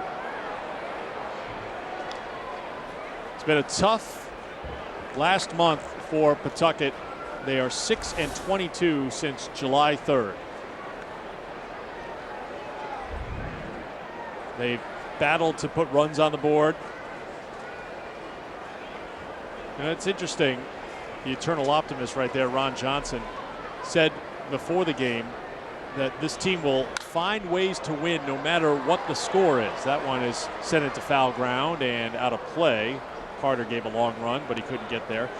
And what he meant by that was they may lose, and they've lost a lot of games. He knows. This team won a lot of games last year, but he knows they're going to lose, and that score may favor the Yankees at the end of the night. But if he could come out of the night saying, well, Brian Anderson put together some good at-bats, or this player made a play, or this player had some good swings. For RJ, that's in the dirt, maybe it's Enrique Gonzalez goes deep into a game. He feels wins and losses more, he said, when the Boston Red Sox are struggling. They're on a good run right now, so he feels good because the organization feels good, and they may be suffering some defeats, but his point is developing players, and if he can get someone to do something better tonight that they were working on or they were unable to do, as Gonzalez misses outside, the count is full, he's done his job. And I think that is the way you look at it at the minor leagues. Well, I think for Ron Johnson, that's ultimately his goal. I mean, his goal, it all revolves around the parent club. But there's all storylines that go into a win and into a loss. And if Enrique Gonzalez takes a loss, but he pitches well, I mean, that's the bottom line. If a hitter goes up there and is 0 for 3, but he's hit the ball hard 3 times, that's a positive. And a lot of times it's little things, like maybe perhaps Jeff Bailey, he's 0 for 3, probably done for the night. But if he comes out of this game feeling good, or gets back in the rhythm and gets him a step closer to helping Boston, you look at it that way. That's what he's thinking. Like, how can I get somebody better that can help the Boston Red Sox? Because in the end, if they don't win, it doesn't matter what anybody else is doing below them at the minor league level. Absolutely. And it's, he's got some new players here now with Duncan and Anderson, and it's getting those guys some reps, getting them some work, and letting the organization know what he thinks of what they're doing here. And if there's going to be a move, Terry Francona and Ron Johnson have a tremendous relationship, and not just on, they're friends, but the communication and the trust. There's a lot that goes into that. And what makes it a lot of fun, and we get a lot of enjoyment out of bringing these games to you, is when you're watching these players, they're doing things here in Pawtucket and down in Portland, and certainly at all levels of the Red Sox organization, right down to short season Class A and what Gary DiSarcina is doing with the Lowell Spinners. They do things at these levels the same way that Terry Francona runs the clubhouse and runs the team in Boston. So if they move up to Boston, there are not a lot of surprises. Case in point, Josh Reddick. Josh Reddick gets in the car and goes from Pennsylvania, from AA Portland down to Baltimore to join the Red Sox to play at the major league level, but he jumps right in, looks comfortable, he's welcomed right away, and he contributes to a couple of wins for the Red Sox, making starts on Saturday and Sunday. Fly ball from Cervelli, put away by Anderson, 1 down. If you speak with Ani Baylor in Portland or Ron Johnson here in Pawtucket, I mean, the lines of communication are, that's what makes an organization successful from the top down. RJ here, they're going to make a pitching change. Javier Lopez has been warming up. Enrique Gonzalez pitched very well after giving up the hit to Duncan and to Miranda. RJ out to take the ball away from Gonzalez. Good job tonight for Enrique Gonzalez. I tell you, he really battled. He leaves this game down a run, but he's pitched very well. Gives up 4 hits. He's responsible for Rodriguez, the base runner, on first. And here is a familiar name, a familiar face to Red Sox Nation. Javier Lopez will take the hill when we come back to McCoy Stadium.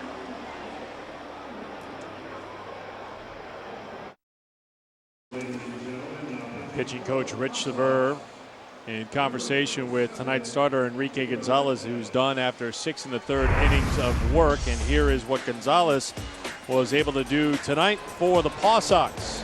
Had some strikeouts on the fastball. 3 on the night, another fastball. And this a changeup that just froze Curtis back in the 5th inning. A good job tonight, able to keep his team in the game. And he gives way now to the left-handed specialist, Javier Lopez. Lopez spent most of the season, he started the season in Boston, was demoted to Pawtucket, got off to a very slow start, and then he started pitching very, very well. He ran into a little bit of a rut recently, but this is a guy that we all remember from last year was very, very effective for the Boston Red Sox. Came into a lot of close games. And guy that has the ability that we've seen in the past to pitch at the big league level, be very effective, a lefty specialist. Somebody that the Red Sox would love to see get back on track and be another tool in that bullpen at some point. And strike one to the left-hand hitting Eric Duncan. Duncan bats left, then to the top of the order where Pena is a switch hitter and Colin Curtis is a left-handed batter. So a perfect opportunity here for Javier Lopez, starting with Duncan, who grounded into a double play and struck out against Gonzalez in his 2 at-bats against the Paw Sox starter. John Rodriguez leads off first. 1 down here in the 7th in a 1-run game. Ball 1, it's 1-1. This is the 4th season in the Red Sox organization for Javier Lopez. Tons of appearances in the 07 and 08 seasons with the Red Sox, a total of 131 appearances, 5th highest total of any left-handed reliever in the AL. Perhaps a double play here. The 2nd to 1. Velasquez on the first. A double play, and the side is retired. Good job by Lopez in relief of Gonzalez. And at the end of 6.5, it's 2-1 Yankees here in Pawtucket.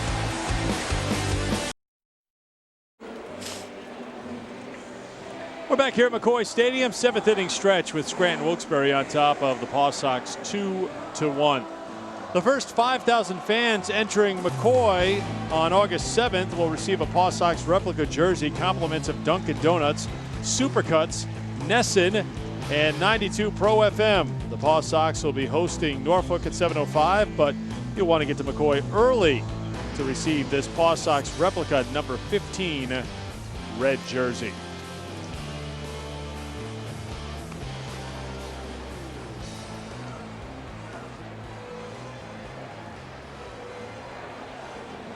Ron Johnson's team trying to scratch out another couple of runs here back home after a bumpy road trip. Chris Carter, the cleanup hitter, will lead it off, to be followed by Aaron Bates and Bubba Bell against the hard-throwing left-hander Mike Dunn for Scranton Wilkes-Barre. Carter fouled out the 3rd and grounded to 1st against Zach Kroenke. Breaking ball up top for ball 1. Summer evening here at McCoy Stadium in Pawtucket, Rhode Island. Beautiful night for baseball, and it's been a well-played game here tonight. 2-1 Scranton Wilkes-Barre on top of the Paw Sox as we kick off rivalry week with the Boston Red Sox off tonight. Getting a chance to bring you minor league baseball here on NESN. Red Sox back to work tomorrow night down in Tampa Bay, 2-game set against the Rays. Carter fouls it off, and the count holds at 1-2. And then it's 4 games for Boston down in New York against the Yankees starting Thursday night. In this game, it was scoreless until the 4th inning. A 2-run home run by Juan Miranda for the Yankees put Scranton Wilkes-Barre on top 2-0, and then Brian Anderson followed in the bottom of the 4th with a solo home run.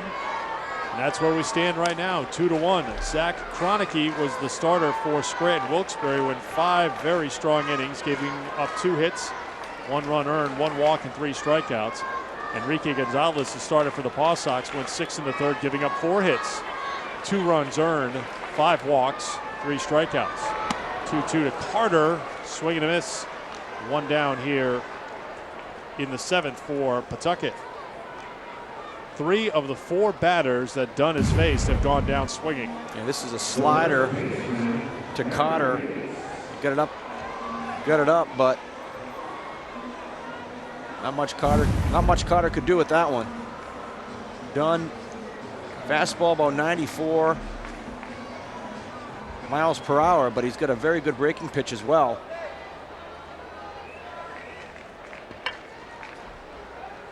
Here's Aaron Bates. Bates and Dunn both spending time in the Eastern League this season. Dunn with Trenton and Bates with the Portland Sea Dogs, matching up here at the AAA level.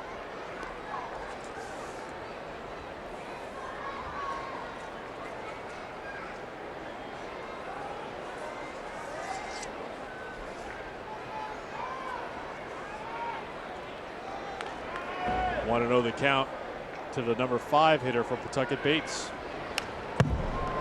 Fouled back, 1-1.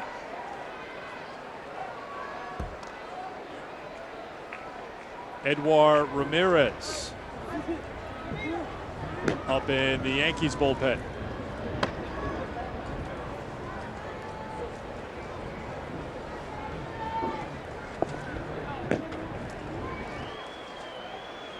One to count to Bates.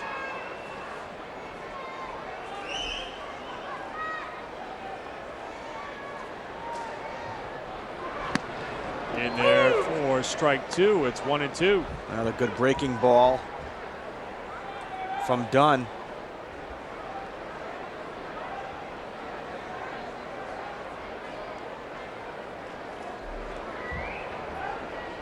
One, 2.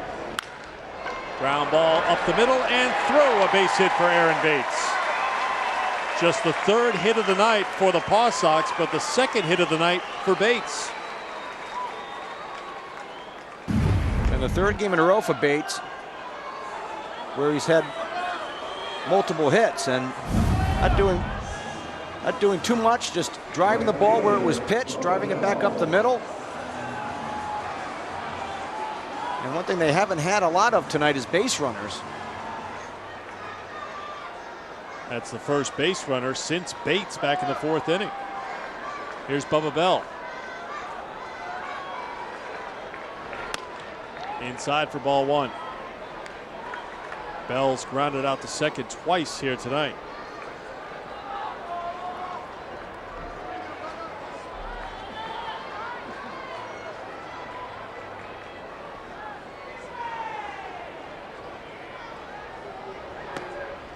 Two and 0.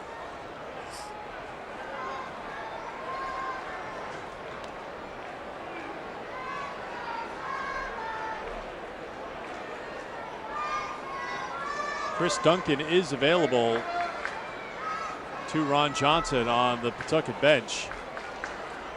One would assume he will come in for Bailey, who's had his 3 at-bats here tonight. Ball 3 to Bell. It's 3-0.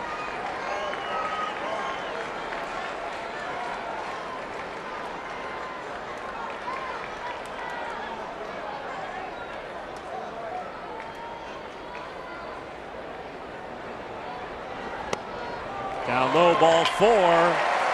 Bell walks on 4 pitches. You have to imagine that's the last batter that Dunn will face tonight with 3 right-handed batters due and Ramirez up in the pen. The question is Ramirez ready?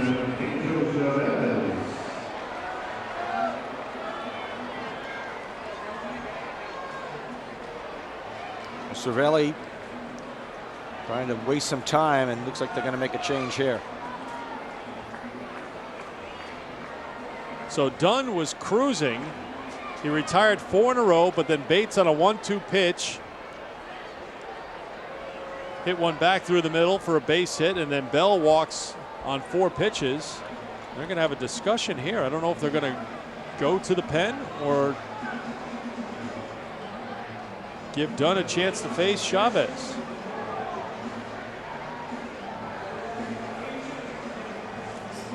A long conversation on the mound. And Dunn's going to get the chance here. Well, this is an example of, this guy's got a very strong arm. He's got very good stuff. Kind of put himself into a pickle here.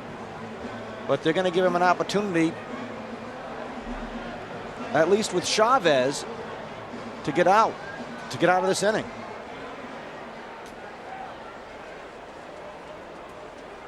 Here's Angel, who's grounded out twice here tonight.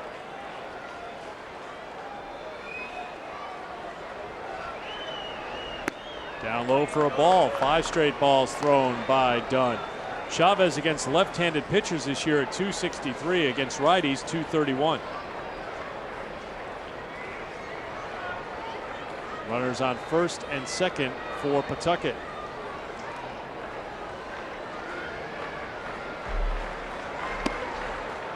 Ball 2, 2-0. 53 in the 3rd innings in Trenton for Dunn. He did have 32 base on balls. He also had 76 strikeouts, so we know he's got a strong arm, but he can be wild at times, and And this is the difference from AA to AAA. You got some hitters here that are a little bit more disciplined, able to work counts a little bit better. Trying to get Chavez to ground into a double play, but Dunn is trying to throw a strike. It's 3-0. He was cruising, and then all of a sudden he gave up the hit to Bates, and it just kind of changed the whole, the way he was focusing and the way he was pitching. Everything kind of just changed.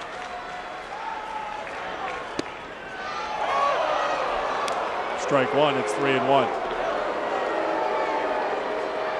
With the exception of the Anderson home run, it's the first time that a runner has reached scoring position here for Pawtucket tonight. First time they've had multiple runners on base in the same inning tonight. Paw Sox trailing 2-1. Chavez committed to swinging at that pitch from Dunn. It was ball 4. Instead, it's strike 2, 3-2. And that pitch way down and out of the strike zone, and Chavez's head, you see his head just pull right off the ball.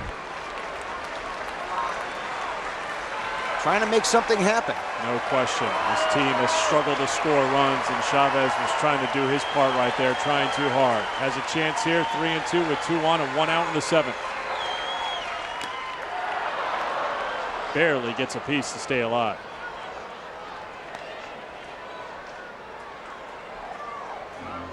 Edouard Ramirez standing and ready in the Scranton Wilkes-Barre bullpen,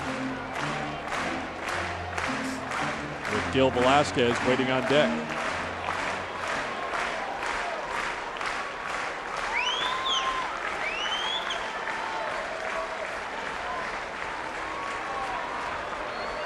The 3-2 to Chavez. Ground ball, stopped by the third baseman Duncan, and he can't grab it.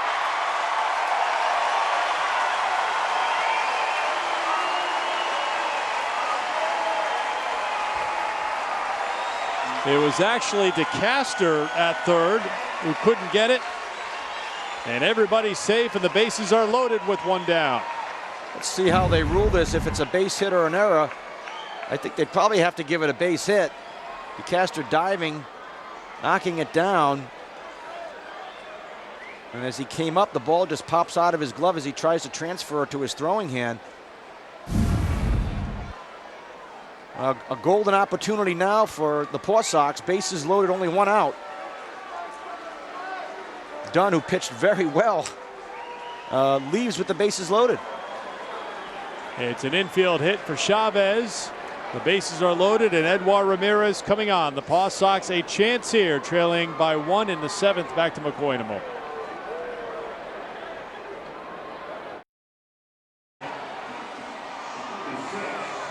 So the night is done with Mike Dunn. He leaves with the bases loaded here in the bottom half of the 7th inning. We'll tell you about the new Yankees pitcher in a moment, but we want to remind you that this is a huge week for the Boston Red Sox, taking their rivalries on the road. First stop, St. Petersburg to take on Tampa Bay in the AL champs, and then to the Bronx to take on the Yankees in the biggest rivalry in baseball. Rivalry week here on NESN. Tuesday and Wednesday, the Rays. Thursday and Friday against the Yankees, all right here on NESN. Our coverage starts at 6 p.m. Edouard Ramirez is the new pitcher for Scranton Wilkes-Barre, Ken. And making his 21st appearance of the season, pitched a lot out of that bullpen for Scranton.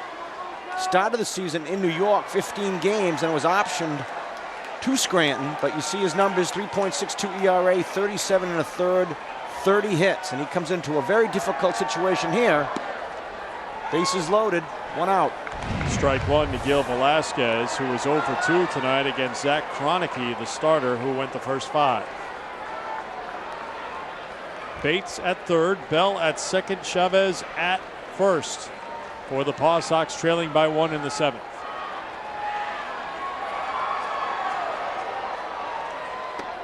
Ball 1, 1-1. Ramirez took on Pawtucket 2 days ago, I should say, through 2 innings, giving up 1 hit, striking out 3 in a win for Scranton Wilkes-Barre.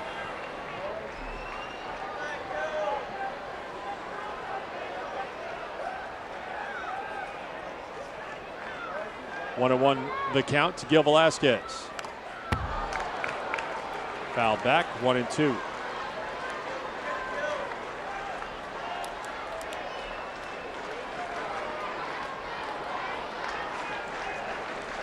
Ramirez started the season with the New York Yankees. 15 games, he had a 5.19 ERA. 17 in the third innings, gave up 18 hits, 15 walks, and probably his undoing. 1-2. Good pitch from Ramirez. Swing and a miss, 2 down. Velasquez strikes out. And the bottom just fell out of this pitch from Ramirez. Looked like a split finger. That ball just drops the very last second. Gets the strikeout on Velasquez.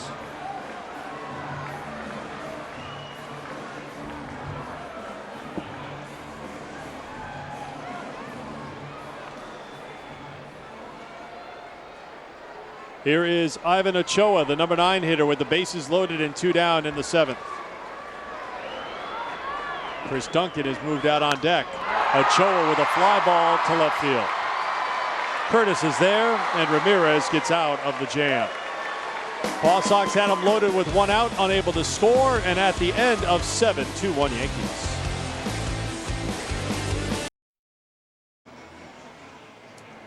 At the end of 7, 2-1 Scranton Wilkes-Barre. The last time Enrique Gonzalez made a start, Pawtucket committed 4 errors in the game.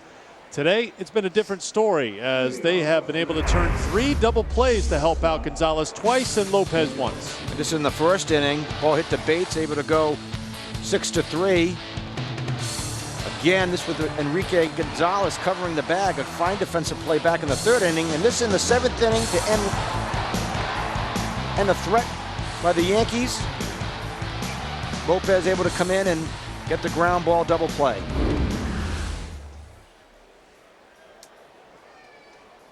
Here's Ramiro Pena, and Lopez misses for ball 1.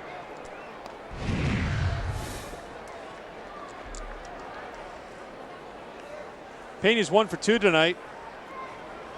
Been on base twice. Walked in the 1st, doubled in the 3rd, struck out in the 5th. All against Enrique Gonzalez, who went 6 in the 3rd, giving up 4 hits. Inside for a ball. It's 2-0.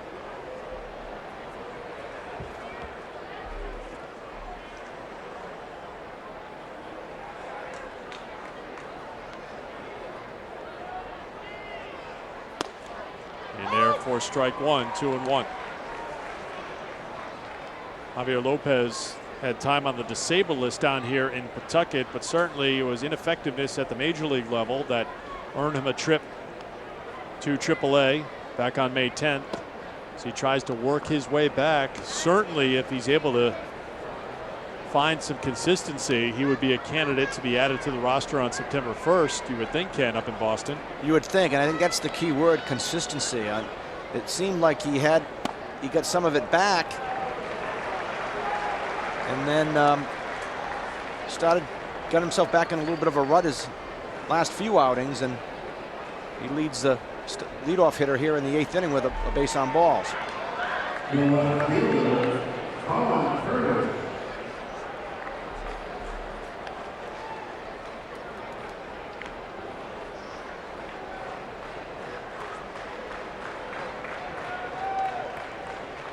So 1 on, nobody out here in the 8th. Marcus McBeth, who has just returned by Boston. He was called up on trade deadline day.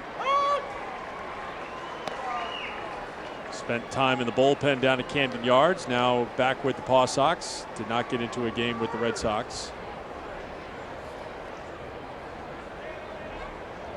You have to assume that McBeth is getting ready for Jackson and Duncan, as that's tapped foul by the left-hand hitting Curtis, who's 0 for 2 tonight with a walk.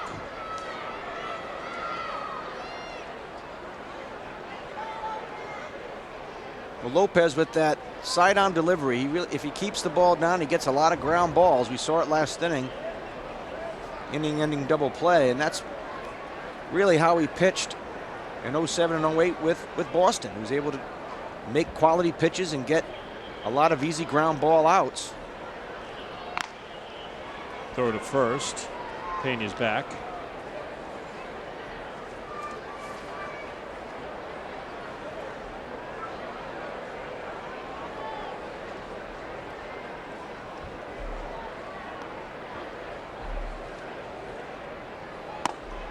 Swing and a miss by Curtis. 0-1 the count. Well, Lopez reached back a little bit on that one. I beg your pardon. Down on strikes goes Curtis. And that's one down. And gets the strikeout. And that's going to bring in Marcus McBeth as Ron Johnson moves to the mound. So Lopez gets the left-hand hitting Curtis. And now with the right-hand hitting Jackson and the right-hand hitting Shelley Duncan set to come to the plate, the right-hand pitching Marcus McBeth will come on. But Javier Lopez, only blemish on his record at the moment is a walk. Got the double play ball to end the 7th and a strikeout here for the first out of the 8th. Then we'll see Marcus McBeth when we come back to McCoy.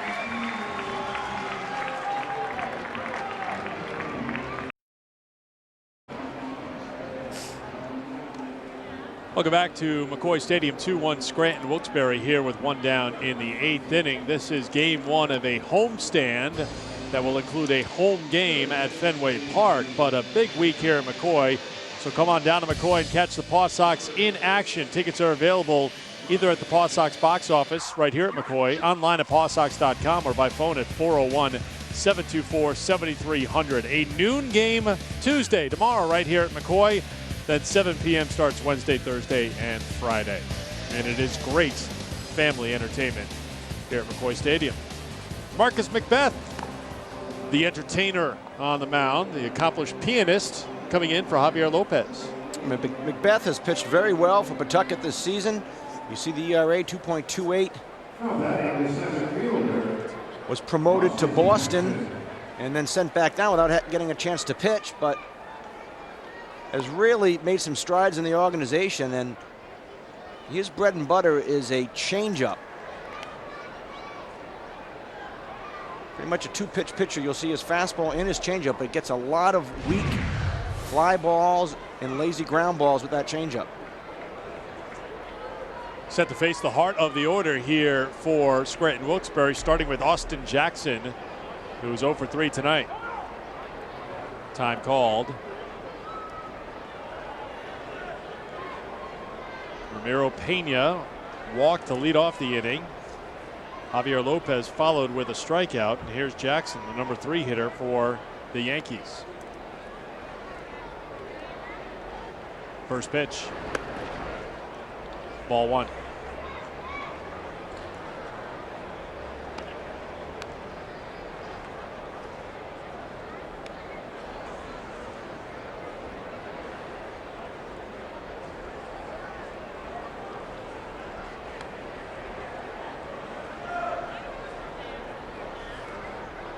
There goes the runner. Wagner up and throwing, and he's got him. Mark Wagner, an excellent defensive catcher. Comes up throwing, guns down Pena, 2 down. Oh, this was a combination of a great job by McBeth keeping him close, but a great throw by Wagner. Look at this. Right on the button. Not much that Ochoa had to do but put the glove down. But McBeth definitely paid attention, kept him close. And that allowed Wagner a chance to throw him out. Wagner rated the top defensive catcher in the Red Sox organization heading into this year by Baseball America, showing you that arm there to get the second out of the inning.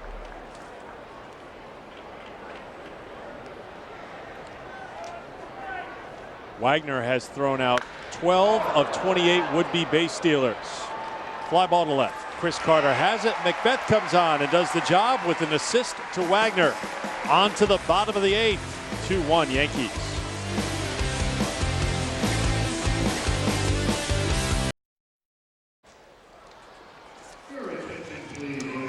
Before we start the bottom half of the 8th inning in a 1-run game, we invite you to join honoree Manny Del Carmen, MCs Tom Caron and Glenn Ordway, and other local celebrities at the Roxy on September 10th for the 6th annual Good Sports Legends of the Ball to benefit Good Sports. Good Sports is a non-profit organization that helps youth have the opportunity and equipment to play sports. Visit goodsports.org for tickets and more information. Pinch hitter on for the Paw Sox, and we get a chance to see Chris Duncan facing Edouard Ramirez in a 1-run game. strike one. And Ron Johnson talking about Duncan before the game, he said he's a very big human being. Yes, very large human was the direct quote. But yes, we just want to make sure.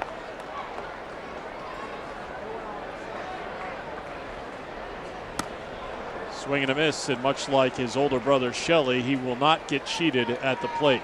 Chris is 28 years old, came over to the Red Sox in a trade with the Cardinals in the Julio Lugo deal.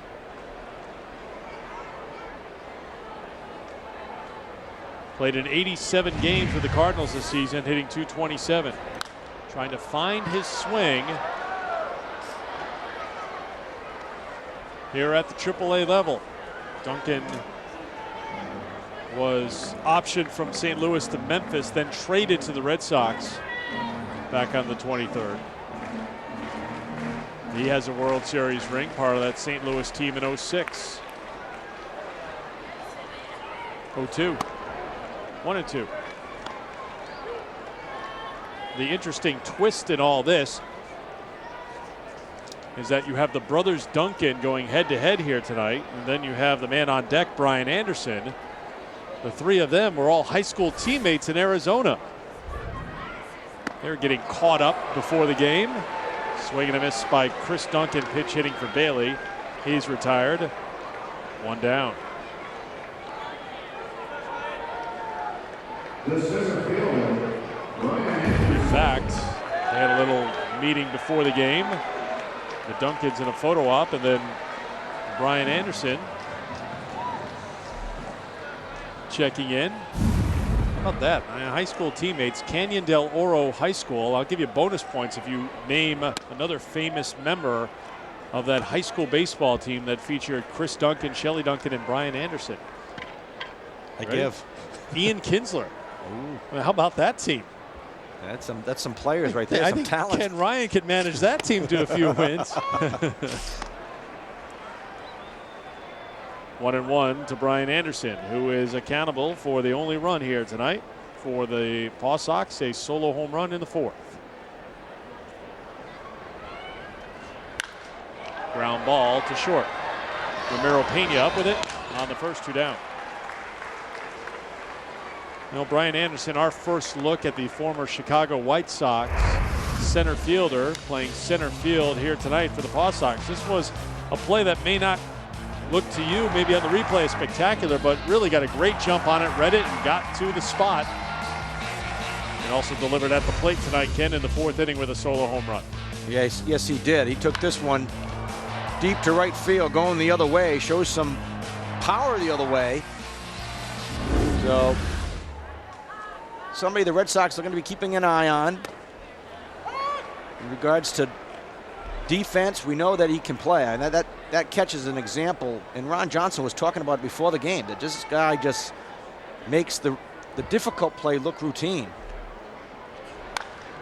Wagner pops it up in foul ground. The question is, will DeCastro have enough room? He is over there, and the shortstop, Pena, calls him off and puts it away, and Wagner is retired.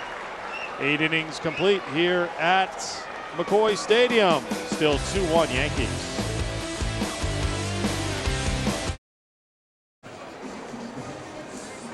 Top of the ninth inning here at McCoy Stadium. 2-1 Scranton Wilkes-Barre. 2 runs, 4 hits, no errors for the Yankees. 1 run, 4 hits, no errors for the Paw Sox.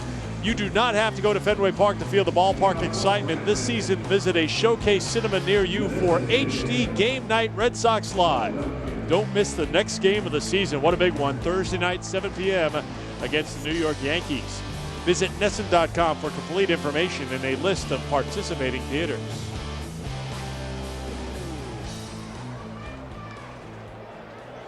Shelly Duncan to lead things off here for Scranton Wilkes-Barre, and as is the case whenever Duncan takes on the Paw Sox, he's been a tough out.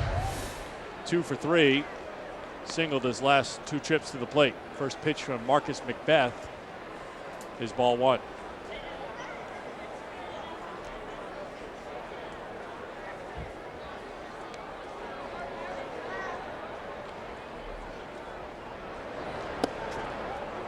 Two and 0.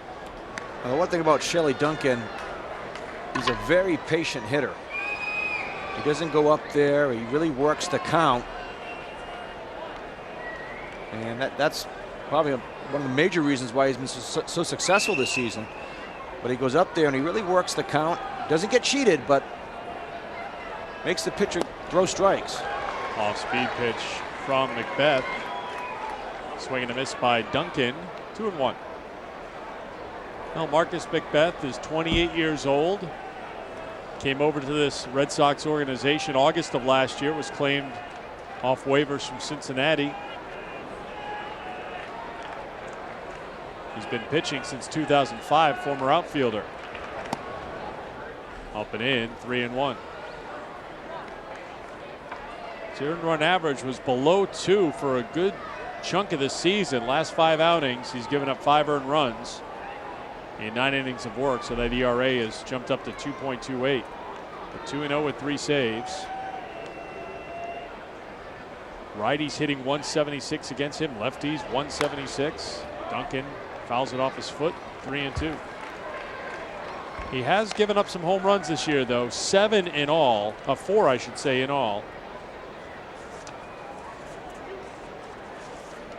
And that's always a concern with these next 2 men at the plate, Duncan and Miranda. Absolutely.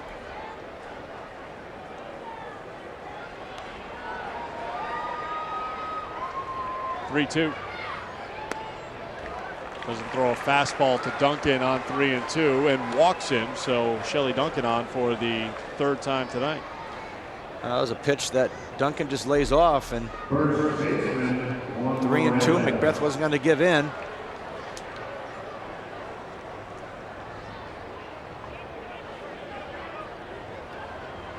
They'll bring up Juan Miranda.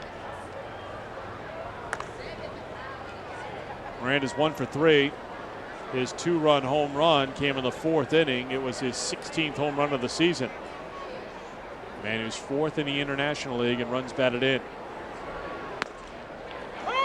Another off-speed pitch from Macbeth in there for strike 1 to Miranda. It's that changeup. Jonathan Albaladejo getting warmed up, perhaps to close things out for the Yankees. 1-1.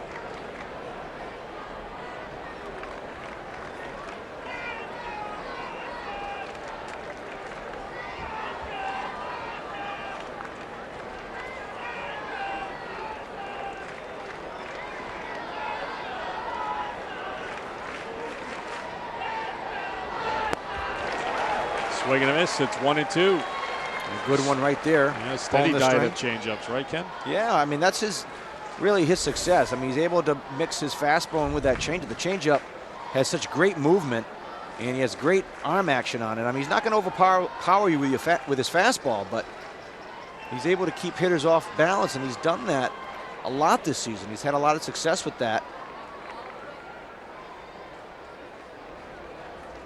1-2. Why not?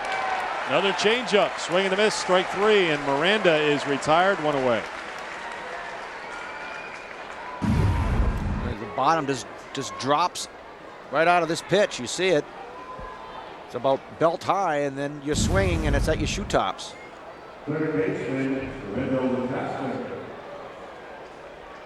Here comes DeCaster, who's 0 for 2 tonight.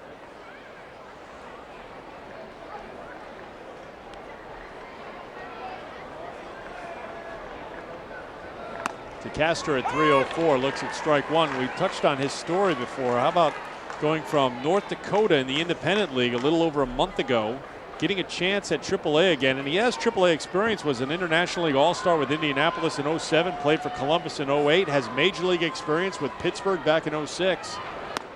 Swing and a miss for strike 2.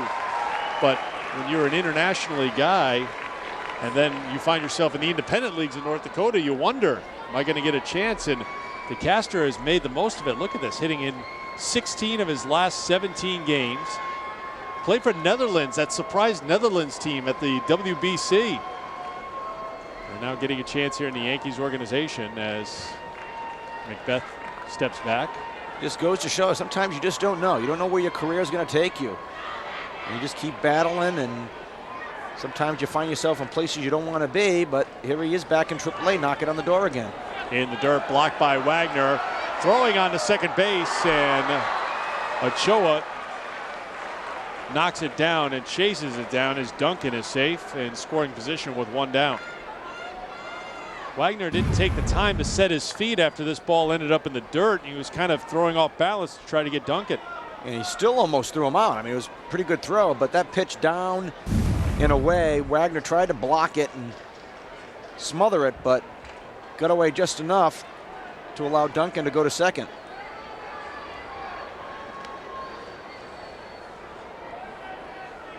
One, two.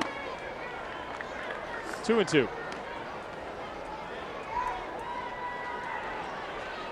These teams play again tomorrow at noon. Charlie Zink gets the call for the Paw Sox. Michael Bowden pitching Wednesday night. Billy Traber Thursday night. And then at Fenway Park on Saturday, Junichi Tozawa.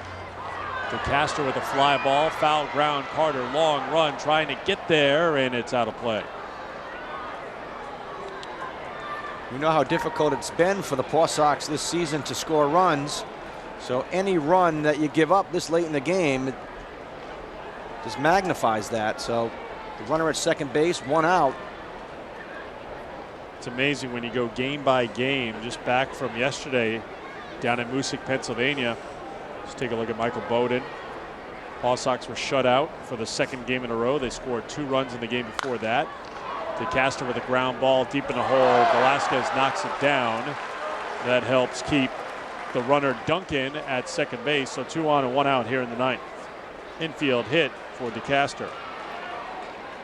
There's no chance for Velasquez to make a play on that. Even if he did catch it cleanly, he wouldn't have been able to throw out DeCaster. That means DeCaster has hit safely in 17 of his last 18 games with his first hit of the night.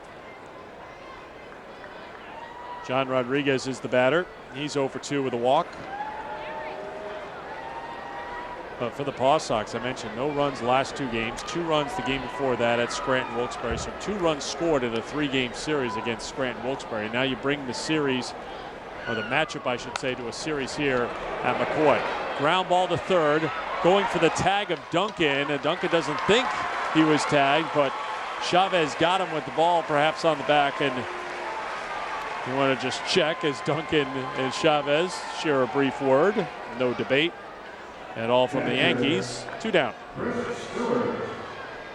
Ball hit too slow for a double play, so Chavez decides to just make the tag at third base. I don't know. Definitely a close play. I don't know if he got him on the jersey, if Duncan was able to slide out of the way. It's tough to tell. He took the ball out of his glove to try to get that little extra reach with the bare hand.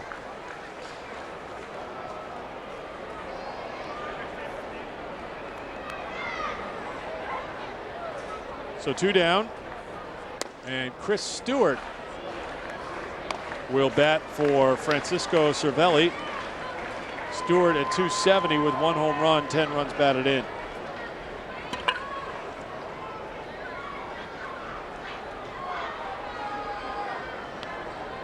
Cervelli was 0 for 2 with a walk. Inside, 2-0.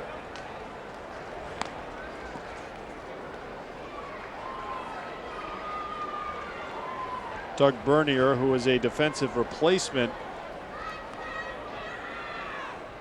came on as Eric Duncan left the game after hitting into the double play in the 7th inning. Bernier waits on deck. 3-0.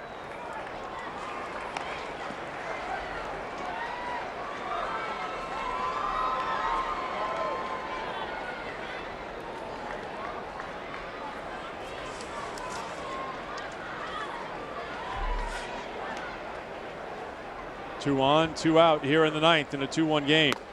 And there for a strike. It's 3-1.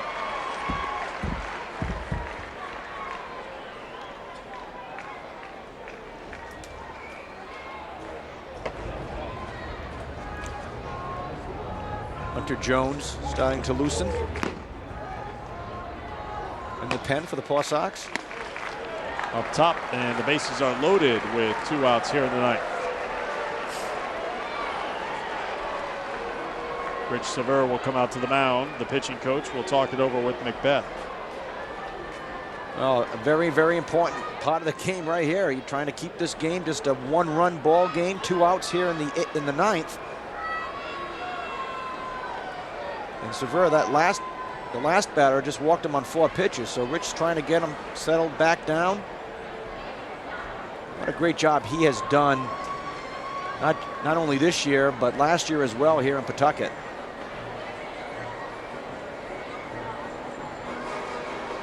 Bases loaded, 2 down here in the top of the 9th inning at McCoy Stadium in Pawtucket.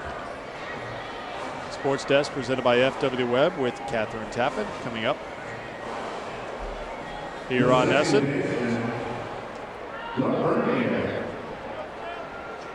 Here's Doug Bernier, his first at-bat of the night. Bernier at 168 with no home runs and 18 runs batted in. 2 down, top of the 9th, 1-run game. Macbeth trying to keep it right there. And he gets started with a strike to Bernier.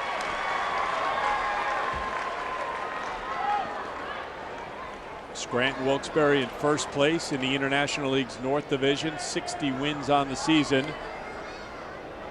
Pawtucket 10 games under the 500 mark. Trying to turn the tide, a little tapper towards short. Velasquez goes to third for the force play there to Chavez, and that retires the side. Bottom of the 9th coming up here at McCoy. Paw Sox down by 1.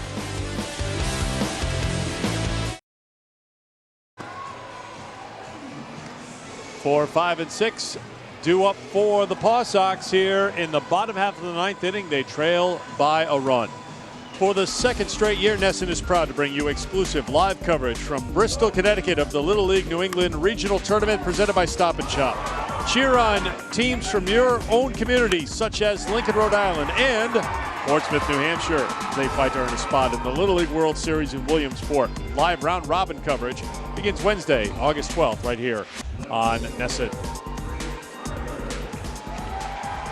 New pitcher coming on for Scranton Wilkes-Barre, just back from the New York Yankees, making his second appearance with Scranton Wilkes-Barre since his return from New York. It is Jonathan Albaladejo. Albaladejo, the closer for the Scranton Wilkes-Barre Yankees.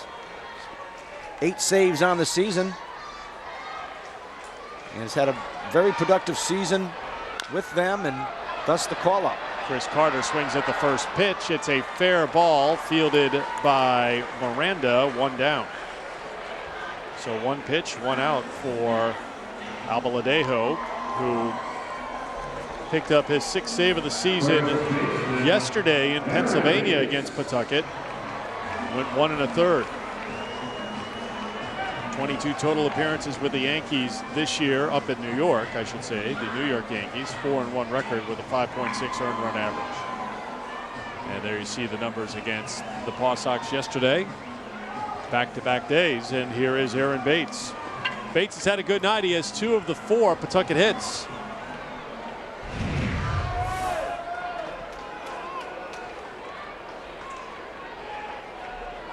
(2-1) Scranton Wilkes-Barre here in the bottom of the 9th. Ball 1. This is the 18th game for Aaron since his return from the Boston Red Sox. Played 5 games with Boston.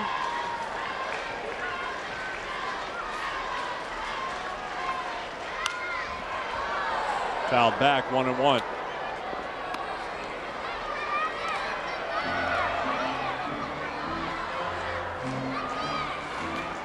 Albaladejo, one of a handful of guys who have made their way through the Yankee bullpen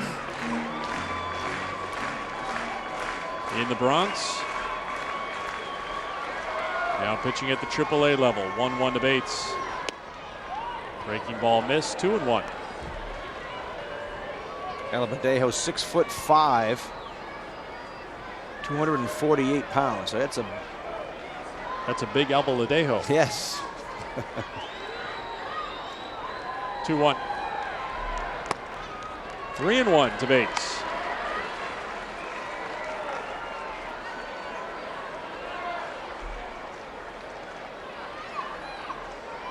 No action in the Scranton Wilkes-Barre pen.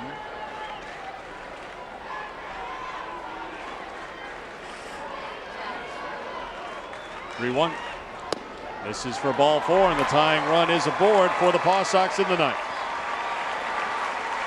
Bates reaches base for the 3rd time tonight in 4 plate appearances. Well, a chance here for Bubba Bell. We mentioned at the top of our telecast that Ron Johnson was thinking about pulling together a seance to try to get Bubba Bell out of this funk that he's been in. He's been hitting it right at people. Hitting 154 since his call-up on June 15th from AA Portland, and he looks at strike 1. Bell is 0 for his last 22. He did walk his last time back in the 7th inning. So the Paw Sox had their best chance. They left the bases loaded. They had them loaded with 1 out in the 7th. But Edouard Ramirez got a strikeout and a fly out to left field to end the threat. 0-1. Fouled back by Bell. And he's down in the count 0-2.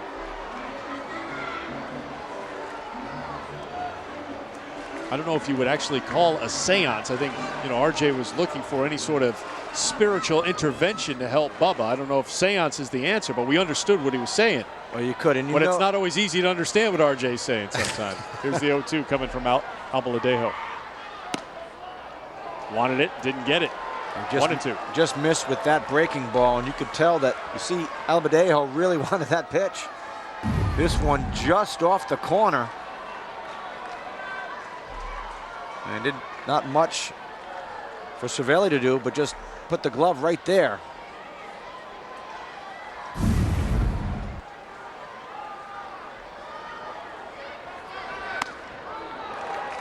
Up high with a fastball, and Bell has worked the count even at 2-2.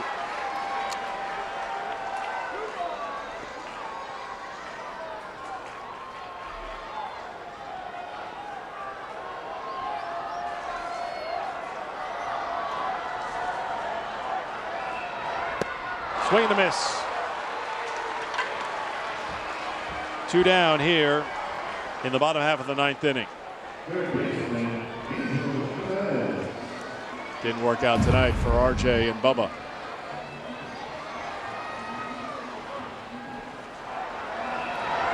Fastball down and away, not much for Bubba Bell, and you could tell he's frustrated. He really wanted that one. It's up to Angel Chavez with 2 down here in the 9th.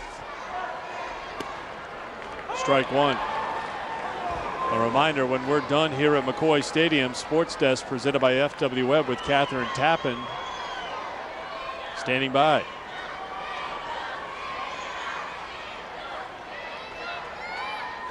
Oh, 1. Tapped foul, and the Paw Sox are down to their final strike. Chavez is 1 for 3, an infield single his last time.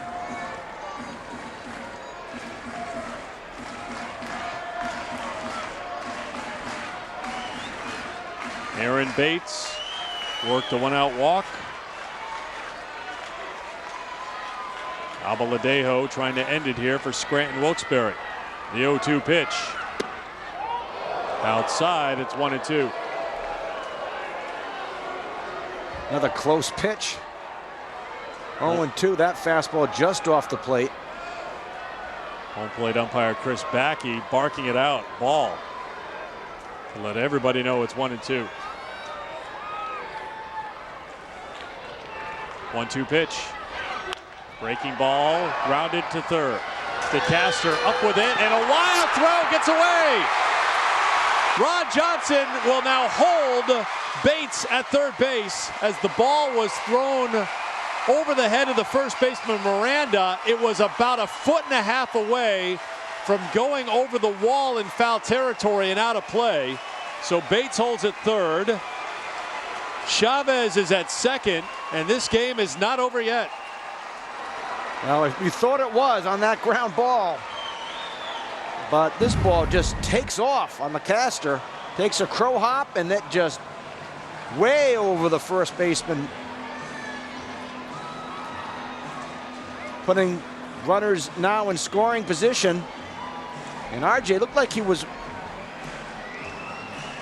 having him come around, and at the last second held him up. So giving Velasquez a chance here to be the hero.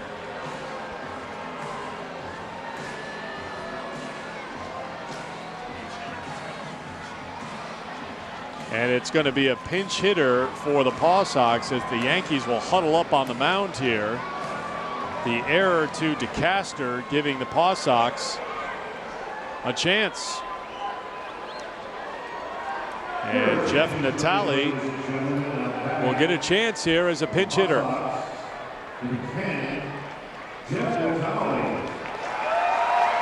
Natale, the New England native from Connecticut, will pinch hit for Velasquez, who is 0 for 3 tonight. Jeff at 265 on the season. Tying run at third. Winning run at second. 2 down here in the ninth. Breaking ball, misses, ball 1. Now they had the long conference on the mound to settle down Abaladejo after the throwing error by DeCaster. This game was over, but a chance here for the Paw Sox, who trail by a run in the ninth. 1-0. Blocked by the catcher Chris Stewart. It's 2-0.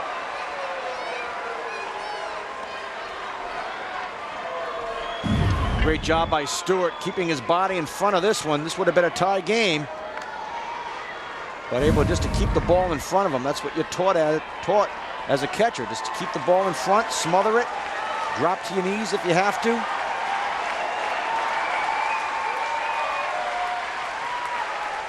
Two 2-0 to count to the pinch hitter Natale. Breaking ball called strike 1.